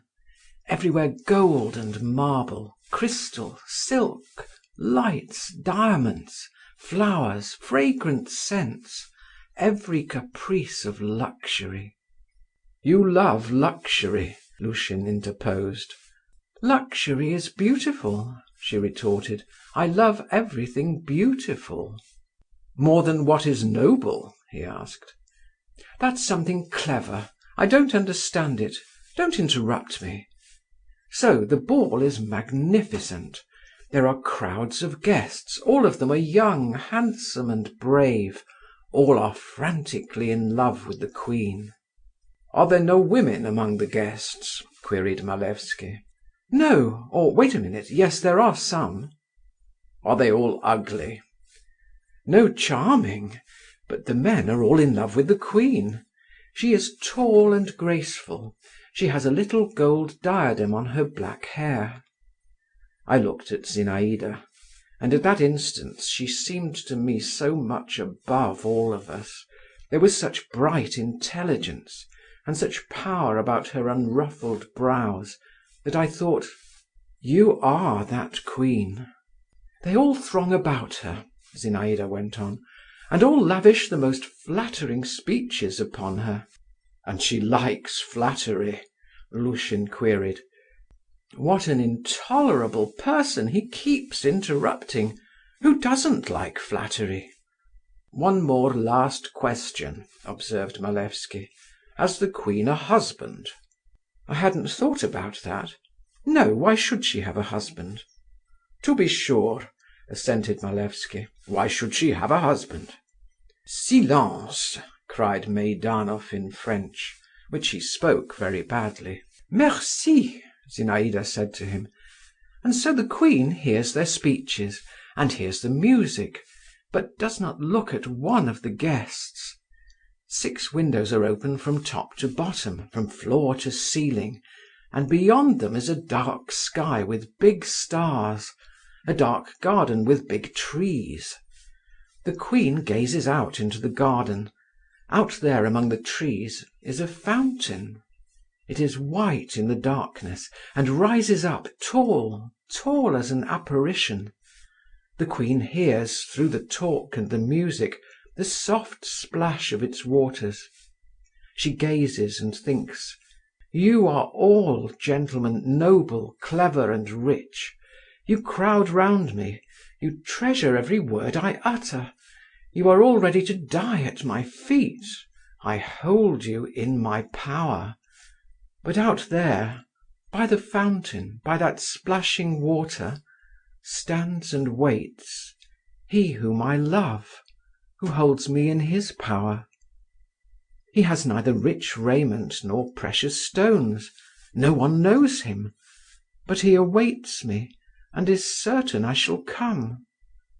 And I shall come, and there is no power that could stop me when I want to go out to him, and to stay with him, and be lost with him out there in the darkness of the garden, under the whispering of the trees and the splash of the fountain." Zinaïda ceased. "Is that a made-up story?" Malevsky inquired slyly. Zinaïda did not even look at him. "And what should we have done, gentlemen," Lushin began suddenly, "if we had been among the guests, and had known of the lucky fellow at the fountain?" Stop a minute," interposed Zinaïda. "I will tell you myself what each of you would have done. You, Byelovzorov, would have challenged him to a duel. You, Meidanov, would have written an epigram on him. No, though you can't write epigrams, you would have made up a long poem on him in the style of Barbier, and would have inserted your production in the Telegraph. You, Nirmatsky, would have you would have lent him money at high interest. You, doctor—" she stopped. "There I really don't know what you would have done." "In the capacity of court physician," answered Lushin, "I would have advised the queen not to give balls when she was not in the humour for entertaining her guests." "Perhaps you would have been right." "And you, Count?" "And I?" repeated Malevsky with his evil smile. "You would offer him a poisoned sweetmeat." Malevsky's face changed slightly, and assumed for an instant a Jewish expression. But he laughed directly. "And as for you, Voldemar," Zinaïda went on. "But that's enough, though. Let us play another game." "M'sieu Voldemar, as the queen's page, would have held up her train when she ran into the garden," Malevsky remarked malignantly. I was crimson with anger, but Zinaïda hurriedly laid a hand on my shoulder, and getting up, said in a rather shaky voice: "I have never given your excellency the right to be rude, and therefore I will ask you to leave us." She pointed to the door. "Upon my word, princess," muttered Malevsky, and he turned quite pale. "The princess is right," cried Byelovzorov, and he too rose. "Good God, I'd not the least idea," Malevsky went on. "In my words there was nothing, I think, that could... I had no notion of offending you. Forgive me." Zinaïda looked him up and down coldly, and coldly smiled. "Stay then, certainly," she pronounced with a careless gesture of her arm. "Monsieur Voldemar and I were needlessly incensed. It is your pleasure to sting. May it do you good." "Forgive me," Malevsky repeated once more, while I, my thoughts dwelling on Zinaïda's gesture, said to myself again that no real queen could with greater dignity have shown a presumptuous subject to the door. The game of forfeits went on for a short time after this little scene. Everyone felt rather ill at ease, as from another, not quite definite, but oppressive feeling. No one spoke of it, but everyone was conscious of it in himself and in his neighbour. Meidanov read us his verses. "He wants to show how good he is now," Lushin whispered to me. We soon broke up. A mood of reverie seemed to have come upon Zinaïda. The old princess sent word that she had a headache. Nirmatsky began to complain of his rheumatism. I could not for a long while get to sleep. I had been impressed by Zinaïda's story. Can there have been a hint in it? I asked myself. And at whom and at what was she hinting? And if there really is anything to hint at, how is one to make up one's mind? No, it can't be, I whispered, turning over from one hot cheek onto the other. But I remembered the expression of Zinaïda's face during her story. I remembered the exclamation that had broken from Lushin in the Neskutchny gardens, the sudden change in her behaviour to me, and I was lost in conjectures. Who is he? These three words seemed to stand before my eyes traced upon the darkness. A lowering, malignant cloud seemed hanging over me, and I felt its oppressiveness, and waited for it to break. I had grown used to many things of late. I had learned much from what I had seen at the Zasyekins. Their disorderly ways, tallow candle ends, broken knives and forks, grumpy Vonifati, and shabby maidservants, the manners of the old princess. All their strange mode of life no longer struck me. But what I was dimly discerning now in Zinaïda I could never get used to. An adventuress, my mother had said of her one day. An adventuress, she, my idol, my divinity. This word stabbed me. I tried to get away from it into my pillow. I was indignant. And at the same time, what would I not have agreed to? What would I not have given only to be that lucky fellow at the fountain? My blood was on fire and boiling within me. The garden, the fountain, I mused. I will go into the garden. I dressed quickly and slipped out of the house. The night was dark, the trees scarcely whispered. A soft, chill air breathed down from the sky. A smell of fennel trailed across from the kitchen garden. I went through all the walks. The light sound of my own footsteps at once confused and emboldened me. I stood still, waited, and heard my heart beating fast and loudly. At last I went up to the fence and leaned against the thin bar. Suddenly, or was it my fancy, a woman's figure flashed by a few paces from me. I strained my eyes eagerly into the darkness. I held my breath. What was that? Did I hear steps, or was it my heart beating again? Who is here? I faltered, hardly audibly. What was that again? A smothered laugh, or a rustling in the leaves, or a sigh just at my ear? I felt afraid. Who is here? I repeated still more softly. The air blew in a gust for an instant. A streak of fire flashed across the sky. It was a star falling. Zinaïda! I wanted to call, but the word died away on my lips. And all at once everything became profoundly still around, as is often the case in the middle of the night. Even the grasshoppers ceased their churr in the trees. Only a window rattled somewhere. I stood and stood, and then went back to my room, to my chilled bed. I felt a strange sensation, as though I had gone to a tryst and had been left lonely, and had passed close by another's happiness. Chapter 17. The following day I only had a passing glimpse of Zinaïda.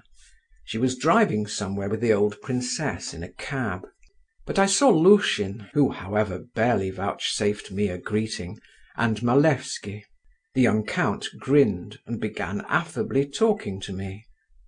Of all those who visited at the lodge, he alone had succeeded in forcing his way into our house, and had favourably impressed my mother. My father did not take to him, and treated him with a civility almost insulting. "Ah, Monsieur le Page," began Malevsky, "delighted to meet you. What is your lovely queen doing?" His fresh, handsome face was so detestable to me at that moment, and he looked at me with such contemptuous amusement, that I did not answer him at all. "Are you still angry?" he went on. "You've no reason to be. It wasn't I who called you a page, you know, and pages attend queens especially. But allow me to remark that you perform your duties very badly." "How so?" "Pages ought to be inseparable from their mistresses. Pages ought to know everything they do. They ought, indeed, to watch over them," he added, lowering his voice, "day and night." "What do you mean?" "What do I mean? I express myself pretty clearly, I fancy. Day and night. By day it's not so much matter. It's light, people are about in the daytime. But by night, then look out for misfortune. I advise you not to sleep at night and to watch. Watch with all your energies. You remember, in the garden, by night, at the fountain. That's where there's need to look out." "You will thank me." Malevsky laughed and turned his back on me. He most likely attached no great importance to what he had said to me. But he had a reputation for mystifying, and was noted for his power of taking people in at masquerades, which was greatly augmented by the almost unconscious falsity in which his whole nature was steeped. He only wanted to tease me, but every word he uttered was a poison that ran through my veins. The blood rushed to my head. "Ah, so that's it," I said to myself. "Good. So there was reason for me to feel drawn into the garden." "That shan't be so!" I cried aloud and struck myself on the chest with my fist, though precisely what should not be so I could not have said. Whether Malevsky himself goes into the garden, I thought. He was bragging, perhaps, he has insolence enough for that. Or someone else. The fence of our garden was very low, and there was no difficulty in getting over it. Anyway, if anyone falls into my hands, it will be the worse for him. I don't advise anyone to meet me. I will prove to all the world, and to her, the traitress (I actually used the word traitress), that I can be revenged." I returned to my own room, took out of the writing table an English knife I had recently bought, felt its sharp edge, and knitting my brows with an air of cold and concentrated determination, thrust it into my pocket, as though doing such deeds was nothing out of the way for me. And not the first time. My heart heaved angrily, and felt heavy as a stone. All day long I kept a scowling brow and lips tightly compressed, and was continually walking up and down, clutching, with my hand in my pocket, the knife, which was warm from my grasp, while I prepared myself beforehand for something terrible. These new, unknown sensations so occupied and even delighted me that I hardly thought of Zinaïda herself. I was continually haunted by Aleko, the young gypsy. "Where art thou going, young handsome man? Lie there." And then, "Thou art all besprent with blood. Oh, what hast thou done?" "Naught." With a cruel smile I repeated that "naught." My father was not at home, but my mother, who had for some time been in an almost continual state of dumb exasperation, noticed my gloomy and heroic aspect, and said to me at supper, "Why are you sulking like a mouse in a meal tub?" I merely smiled condescendingly in reply, and thought, if only they knew. It struck 11. I went to my room, but did not undress. I waited for midnight. At last it struck. "The time has come," I muttered between my teeth, and buttoning myself up to the throat, and even pulling my sleeves up, I went into the garden. I had already fixed on the spot from which to keep watch. At the end of the garden, at the point where the fence separating our domain from the Zasyekins' joined the common wall, grew a pine tree standing alone. Standing under its low, thick branches, I could see well, as far as the darkness of the night permitted, what took place around. Close by ran a winding path which had always seemed mysterious to me. It coiled like a snake under the fence, which at that point bore traces of having been climbed over, and led to a round arbour formed of thick acacias. I made my way to the pine tree, leaned my back against its trunk, and began my watch. The night was as still as the night before, but there were fewer clouds in the sky, and the outlines of bushes, even of tall flowers, could be more distinctly seen. The first moments of expectation were oppressive, almost terrible. I had made up my mind to everything. I only debated how to act, whether to thunder, "Where goest thou? Stand, show thyself, or death," or simply to strike. Every sound, every whisper and rustle seemed to me portentous and extraordinary. I prepared myself. I bent forward. But half an hour passed, an hour passed. My blood had grown quieter, colder. The consciousness that I was doing all this for nothing, that I was even a little absurd, that Malevsky had been making fun of me, began to steal over me. I left my ambush and walked all about the garden. As if to taunt me, there was not the smallest sound to be heard anywhere. Everything was at rest. Even our dog was asleep, curled up into a ball at the gate. I climbed up into the ruins of the greenhouse, saw the open country far away before me, recalled my meeting with Zinaïda, and fell to dreaming. I started. I fancied I heard the creak of a door opening, then the faint crack of a broken twig. In 2 bounds I got down from the ruin, and stood still, all aghast. Rapid, light, but cautious footsteps sounded distinctly in the garden. They were approaching me. "Here he is! Here he is at last!" flashed through my heart. With spasmodic haste I pulled the knife out of my pocket. With spasmodic haste I opened it. Flashes of red were whirling before my eyes. My hair stood up on my head in my fear and fury. The steps were coming straight towards me. I bent. I craned forward to meet him. A man came into view. My God! It was my father. I recognized him at once, though he was all muffled up in a dark cloak, and his hat was pulled down over his face. On tiptoe he walked by. He did not notice me, though nothing concealed me. But I was so huddled up and shrunk together that I fancy I was almost on the level of the ground. The jealous Othello, ready for murder, was suddenly transformed into a schoolboy. I was so taken aback by my father's unexpected appearance that for the first moment I did not notice where he had come from, or in what direction he disappeared.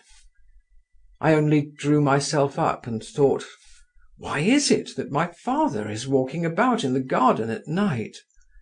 When everything was still again. In my horror I had dropped my knife in the grass, but I did not even attempt to look for it. I was very much ashamed of myself. I was completely sobered at once. On my way to the house, however, I went up to my seat under the elder tree, and looked up at Zinaïda's window. The small, slightly convex panes of the window shone dimly blue in the faint light thrown on them by the night sky. All at once their colour began to change. Behind them, I saw it distinctly. Softly and cautiously a white blind was let down right to the window frame, and so stayed. "What is that for?" I said aloud, almost involuntarily, when I found myself once more in my room. A dream, a chance, or…? The suppositions which suddenly rushed into my head were so new and strange that I did not dare to entertain them. Chapter Chapters 18 to 22 of First Love. Chapter 18. I got up in the morning with a headache. My emotion of the previous day had vanished. It was replaced by a dreary sense of blankness and a sort of sadness I had not known till then, as though something had died in me. "Why is it you're looking like a rabbit with half its brain removed?" said Lushin on meeting me. At lunch I stole a look first at my father, then at my mother. He was composed as usual. She was as usual secretly irritated. I waited to see whether my father would make some friendly remarks to me, as he sometimes did. But he did not even bestow his everyday cold greeting upon me. Shall I tell Zinaïda all? I wondered. It's all the same anyway. All is at an end between us. I went to see her, but told her nothing, and indeed I could not even have managed to get a talk with her if I had wanted to. The old princess's son, a cadet of 12 years old, had come from Petersburg for his holidays. Zinaïda at once handed her brother over to me. "Here," she said, "my dear Volodya," it was the first time she had used this pet name to me, "is a companion for you. His name is Volodya too. Please like him. He is still shy, but he has a good heart. Show him Neskutchny gardens, go walks with him, take him under your protection. You'll do that, won't you? You're so good too." She laid both her hands affectionately on my shoulders, and I was utterly bewildered. The presence of this boy transformed me too into a boy. I looked in silence at the cadet, who stared as silently at me. Zinaïda laughed and pushed us towards each other. "Embrace each other, children." We embraced each other. "Would you like me to show you the garden?" I inquired of the cadet. "If you please," he replied in the regular cadet's hoarse voice. Zinaïda laughed again. I had time to notice that she had never had such an exquisite colour in her face before. I set off with the cadet. There was an old-fashioned swing in our garden. I sat him down on the narrow plank seat and began swinging him. He sat rigid in his new little uniform of stout cloth, with its broad gold braiding, and kept tight hold of the cords. "You'd better unbutton your collar," I said to him. "It's all right, we're used to it," he said, and cleared his throat.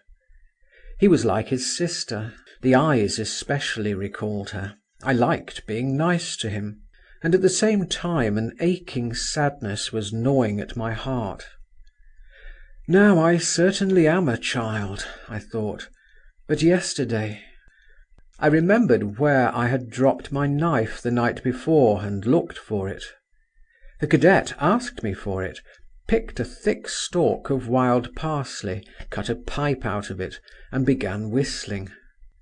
Othello whistled too.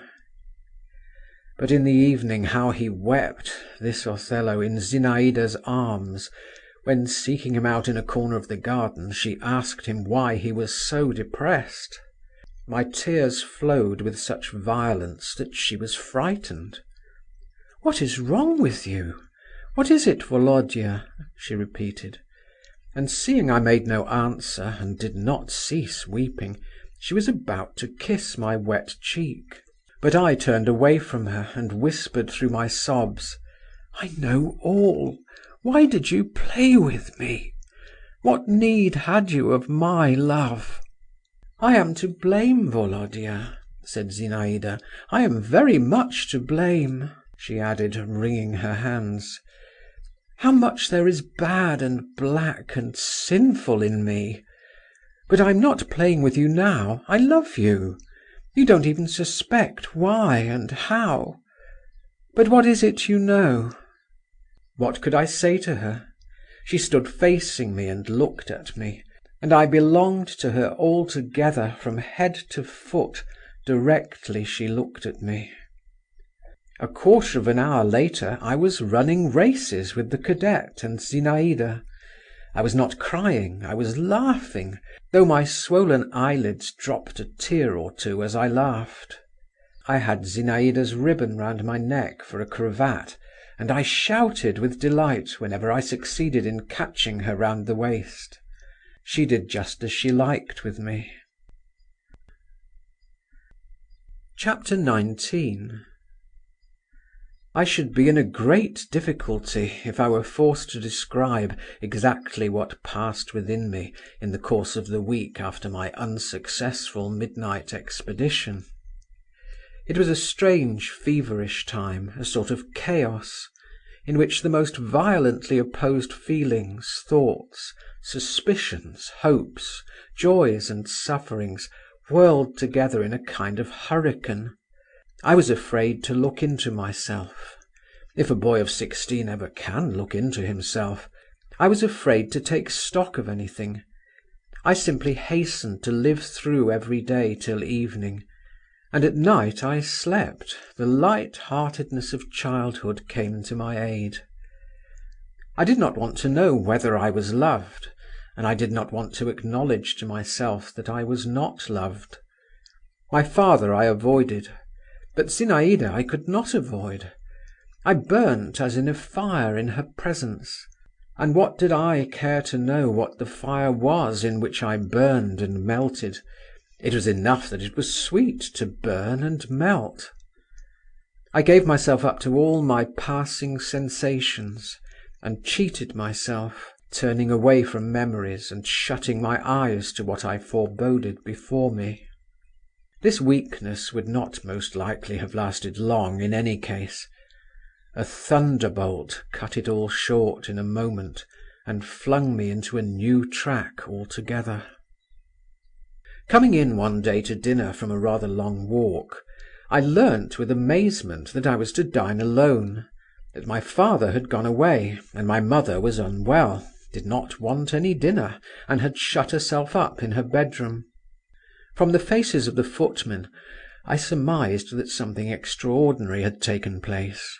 I did not dare to cross-examine them, but I had a friend in the young waiter, Philippe, who was passionately fond of poetry and a performer on the guitar. I addressed myself to him.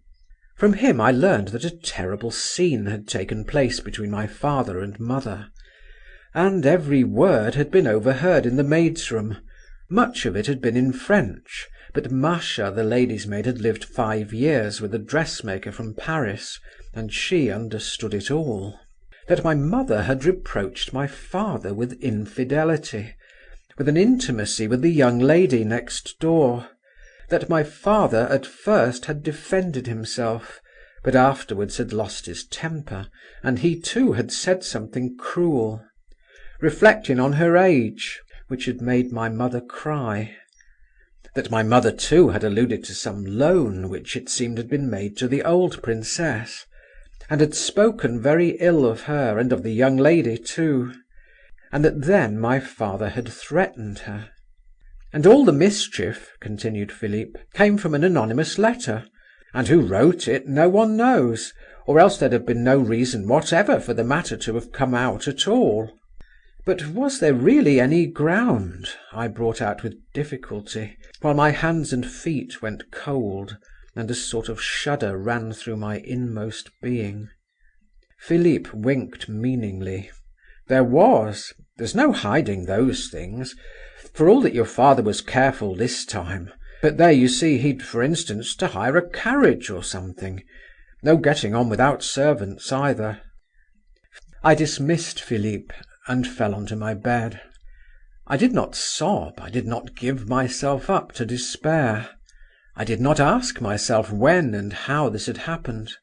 I did not wonder how it was I had not guessed it before, long ago. I did not even upbraid my father. What I had learnt was more than I could take in. This sudden revelation stunned me. All was at an end. All the fair blossoms of my heart were roughly plucked at once, and lay about me, flung on the ground, and trampled underfoot. Chapter 20. My mother next day announced her intention of returning to the town. In the morning my father had gone into her bedroom, and stayed there a long while alone with her. No one had overheard what he said to her, but my mother wept no more. She regained her composure, and asked for food, but did not make her appearance nor change her plans. I remember I wandered about the whole day, but did not go into the garden. I never once glanced at the lodge, and in the evening I was the spectator of an amazing occurrence. My father conducted Count Malevsky by the arm through the dining-room into the hall, and in the presence of a footman said icily to him, "A few days ago your excellency was shown the door in our house. And now I am not going to enter into any kind of explanation with you, but I have the honour to announce to you that if you ever visit me again I shall throw you out of window. I don't like your handwriting." The count bowed, bit his lips, shrank away and vanished. Preparations were beginning for our removal to town, to Arbaty Street, where we had a house.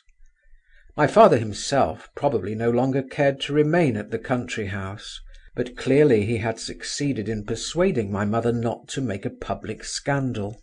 Everything was done quietly, without hurry. My mother even sent her compliments to the old princess, and expressed her regret that she was prevented by indisposition from seeing her again before her departure. I wandered about like one possessed, and only longed for one thing, for it all to be over as soon as possible. One thought I could not get out of my head. How could she, a young girl, and a princess too, after all, bring herself to such a step, knowing that my father was not a free man, and having an opportunity of marrying, for instance, Byelovzorov? What did she hope for? How was it she was not afraid of ruining her whole future? Yes, I thought, this is love, this is passion, this is devotion. And Lushin's words came back to me. To sacrifice oneself for some people is sweet. I chanced somehow to catch sight of something white in one of the windows of the lodge. Can it be Zinaïda's face, I thought. Yes, it really was her face. I could not restrain myself. I could not part from her without saying a last goodbye to her. I seized a favourable instant and went into the lodge. In the drawing-room the old princess met me with her usual slovenly and careless greetings.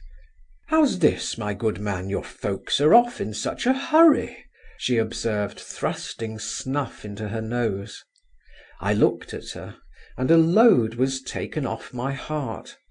The word loan, dropped by Philippe, had been torturing me. She had no suspicion. At least I thought so then. Zinaïda came in from the next room, pale and dressed in black, with her hair hanging loose.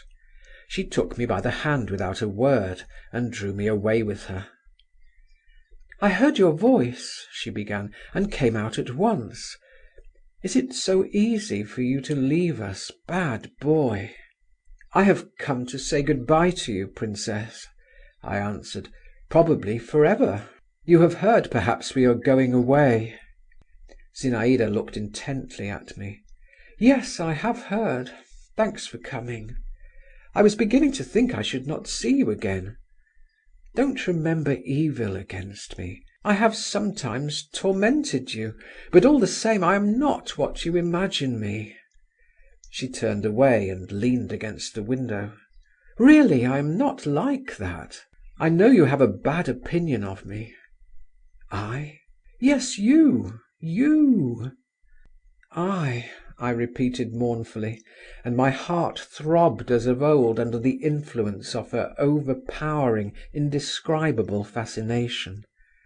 "I, believe me, Zinaïda Alexandrovna, whatever you did, however you tormented me, I should love and adore you to the end of my days."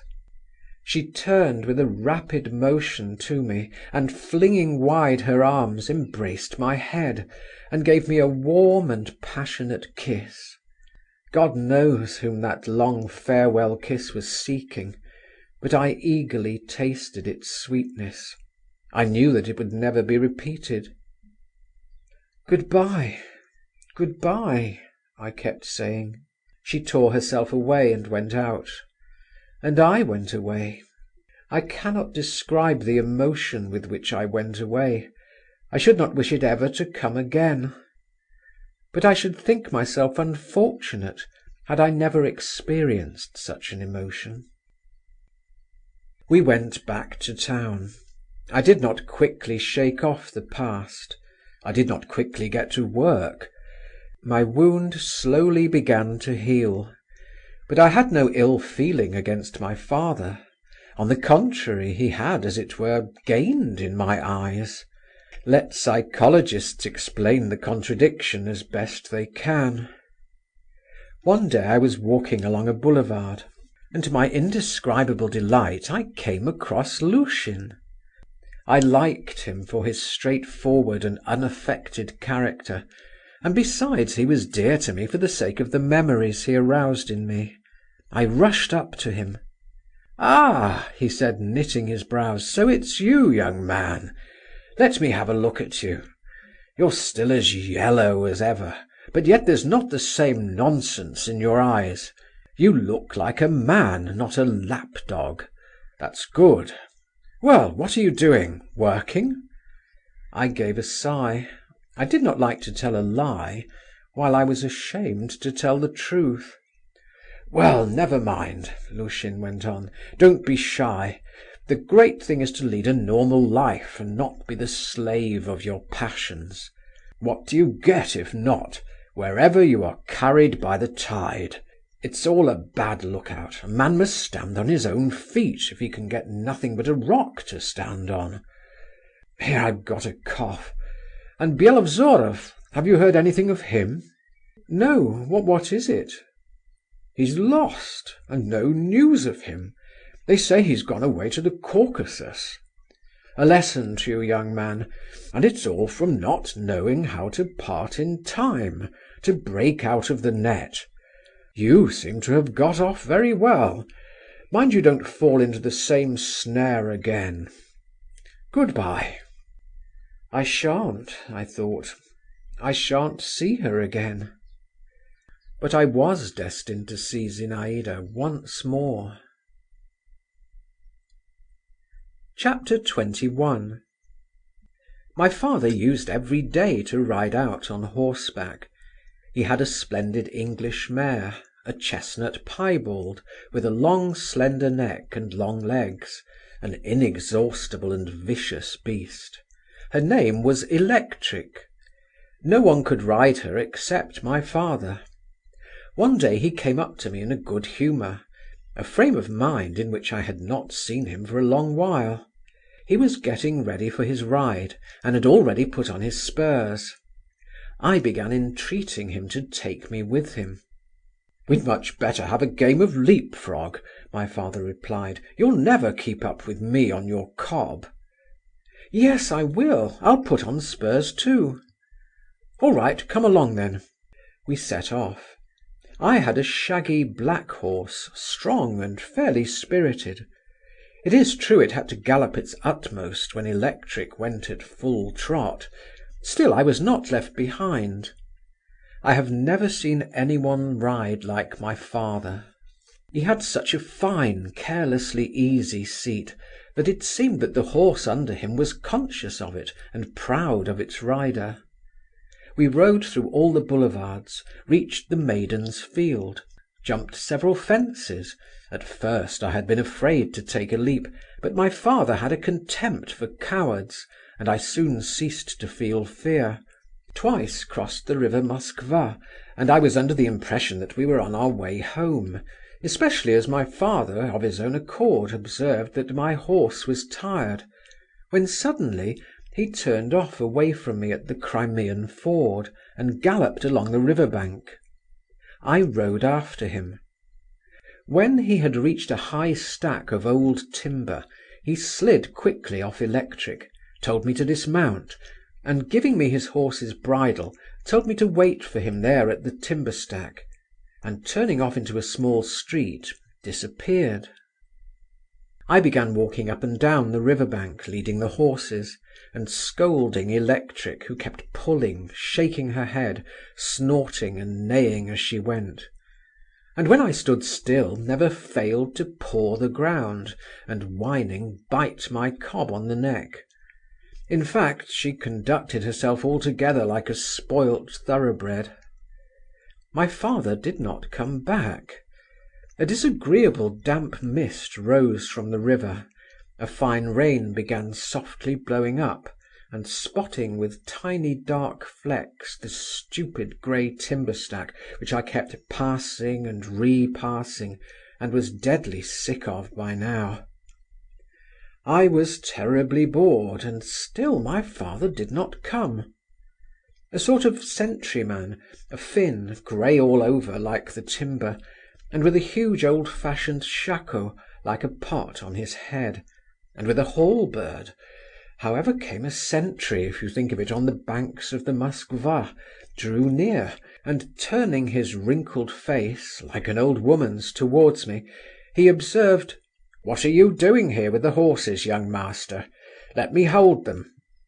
I made him no reply. He asked me for tobacco. To get rid of him, I was in a fret of impatience too. I took a few steps in the direction in which my father had disappeared, then walked along the little street to the end, turned the corner, and stood still. In the street, 40 paces from me, at the open window of a little wooden house, stood my father, his back turned to me. He was leaning forward over the window-sill, and in the house, half hidden by a curtain, sat a woman in a dark dress, talking to my father. This woman was Zinaïda. I was petrified. This, I confess, I had never expected. My first impulse was to run away. My father will look round, I thought, and I am lost. But a strange feeling, a feeling stronger than curiosity, stronger than jealousy, stronger even than fear, held me there. I began to watch. I strained my ears to listen. It seemed as though my father were insisting on something. Zinaïda would not consent. I seemed to see her face now, mournful, serious, lovely, and with an inexpressible impress of devotion, grief, love, and a sort of despair. I can find no other word for it. She uttered monosyllables, not raising her eyes, simply smiling, submissively, but without yielding. By that smile alone I should have known my Zinaïda of old days. My father shrugged his shoulders and straightened his hat on his head, which was always a sign of impatience with him. Then I caught the words, "Vous devez vous séparer de cette—" Zinaïda sat up and stretched out her arm. Suddenly, before my very eyes, the impossible happened. My father suddenly lifted the whip, with which he had been switching the dust off his coat, and I heard a sharp blow on that arm, bare to the elbow. I could scarcely restrain myself from crying out, while Zinaïda shuddered, looked without a word at my father, and slowly raising her arm to her lips, kissed the streak of red upon it. My father flung away the whip, and running quickly up the steps, dashed into the house. Zinaïda turned round, and with outstretched arms and downcast head, she too moved away from the window. My heart sinking with panic, with a sort of awestruck horror, I rushed back, and running down the lane, almost letting go my hold of electric, went back to the bank of the river. I could not think clearly of anything.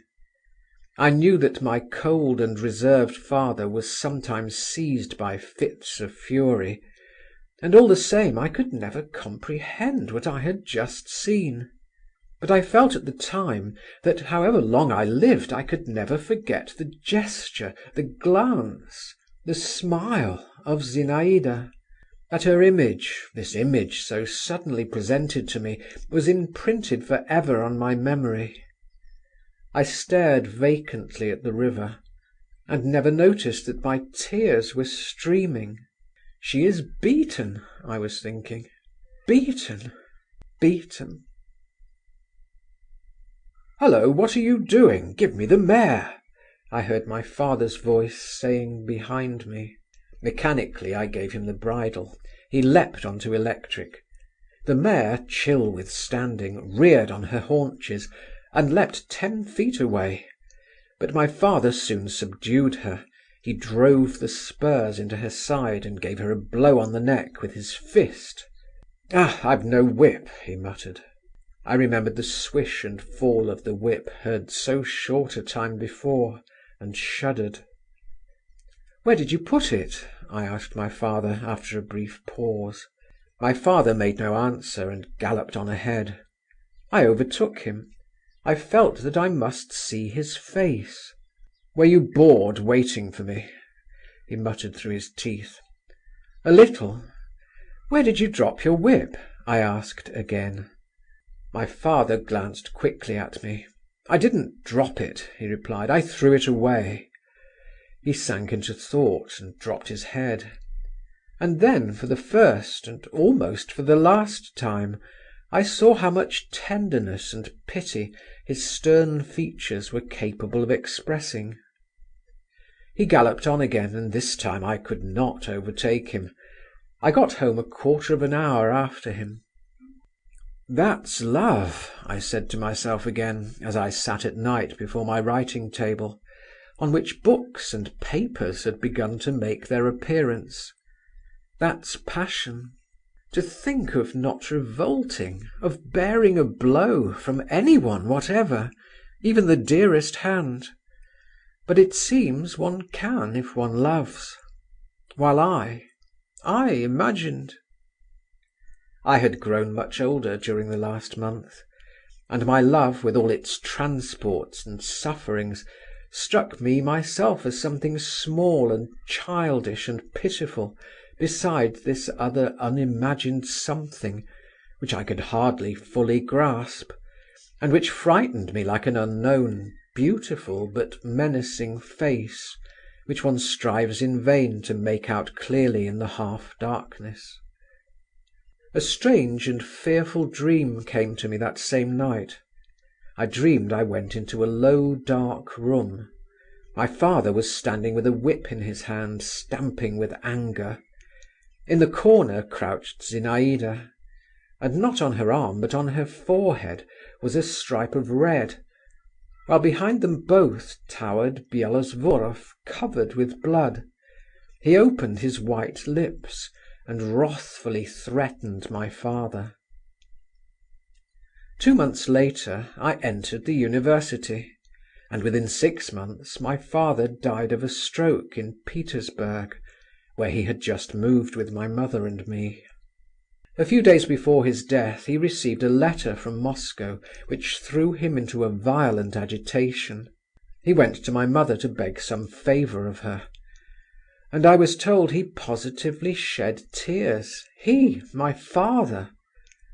On the very morning of the day when he was stricken down, he had begun a letter to me in French. "My son," he wrote to me, "fear the love of woman. Fear that bliss, that poison."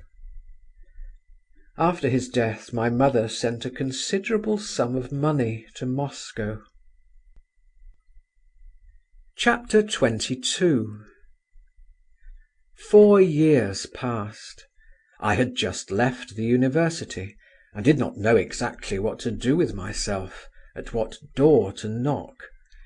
I was hanging about for a time with nothing to do. One fine evening I met Meidanov at the theatre. He had got married and had entered the civil service, but I found no change in him. He fell into ecstasies in just the same superfluous way, and just as suddenly grew depressed again. "You know," he told me, among other things, "Madame Dolsky's here." "What Madame Dolsky?" "Can you have forgotten her? The young Princess Zasyekin, whom we were all in love with, and you too. Do you remember, at the country house near Neskutchny Gardens?" "She married a Dolsky?" "Yes." "And is she here in the theatre?" "No, but she's in Petersburg. She came here a few days ago. She's going abroad." "What sort of fellow is her husband?" I asked. "A splendid fellow, with property. He's a colleague of mine in Moscow. You can well understand, after the scandal. You must know all about it." Meidanov smiled significantly. It was no easy task for her to make a good marriage. There were consequences, but with her cleverness everything is possible. Go and see her, she'll be delighted to see you. She's prettier than ever." Meidanov gave me Zinaïda's address. She was staying at the Hôtel des Moutes. Old memories were astir within me. I determined next day to go to see my former flame. But some business happened to turn up. A week passed, and then another, and when at last I went to the Hôtel des Moutes and asked for Madame Dolsky, I learnt that 4 days before she had died, almost suddenly, in childbirth. I felt a sort of stab at my heart. The thought that I might have seen her, and had not seen her, and should never see her, that bitter thought stung me with all the force of overwhelming reproach.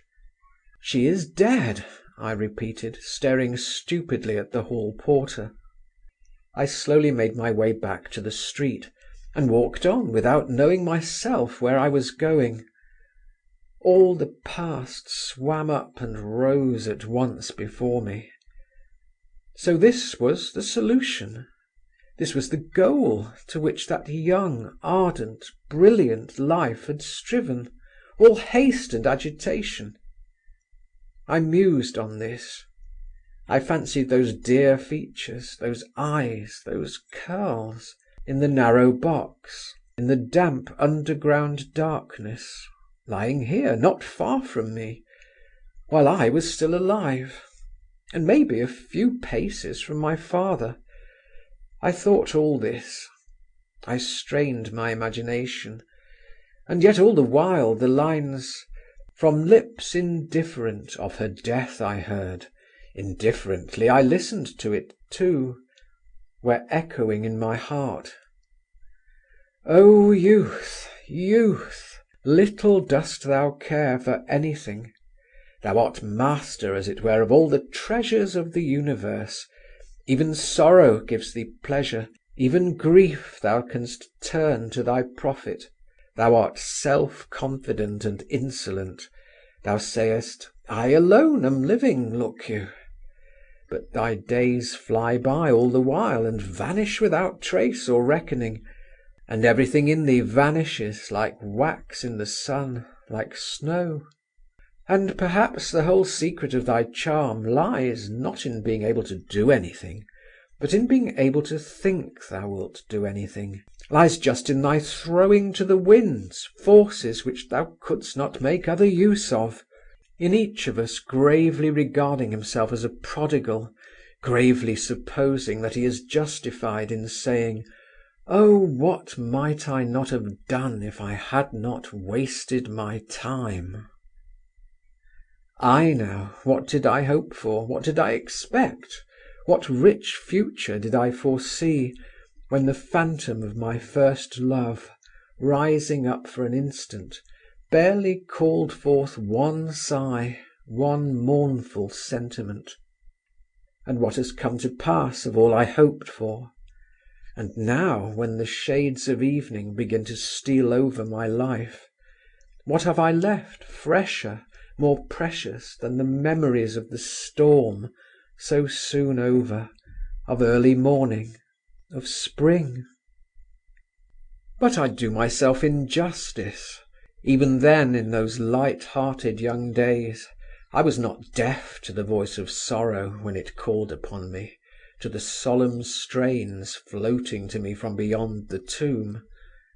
I remember, a few days after I heard of Zinaïda's death, I was present through a peculiar, irresistible impulse at the death of a poor old woman who lived in the same house as we. Covered with rags, lying on hard boards with a sack under her head, she died hardly and painfully. Her whole life had been passed in the bitter struggle with daily want. She had known no joy, had not tasted the honey of happiness. One would have thought surely she would rejoice at death, at her deliverance, her rest. But yet, as long as her decrepit body held out, as long as her breast still heaved in agony under the icy hand weighing upon it, until her last forces left her, the old woman crossed herself and kept whispering, "Lord, forgive my sins," and only with the last spark of consciousness vanished from her eyes the look of fear, of horror of the end. And I remember that then, by the deathbed of that poor old woman, I felt aghast for Zinaïda, and longed to pray for her, for my father, and for myself. End of chapter 22. End of First Love by Ivan Turgenev.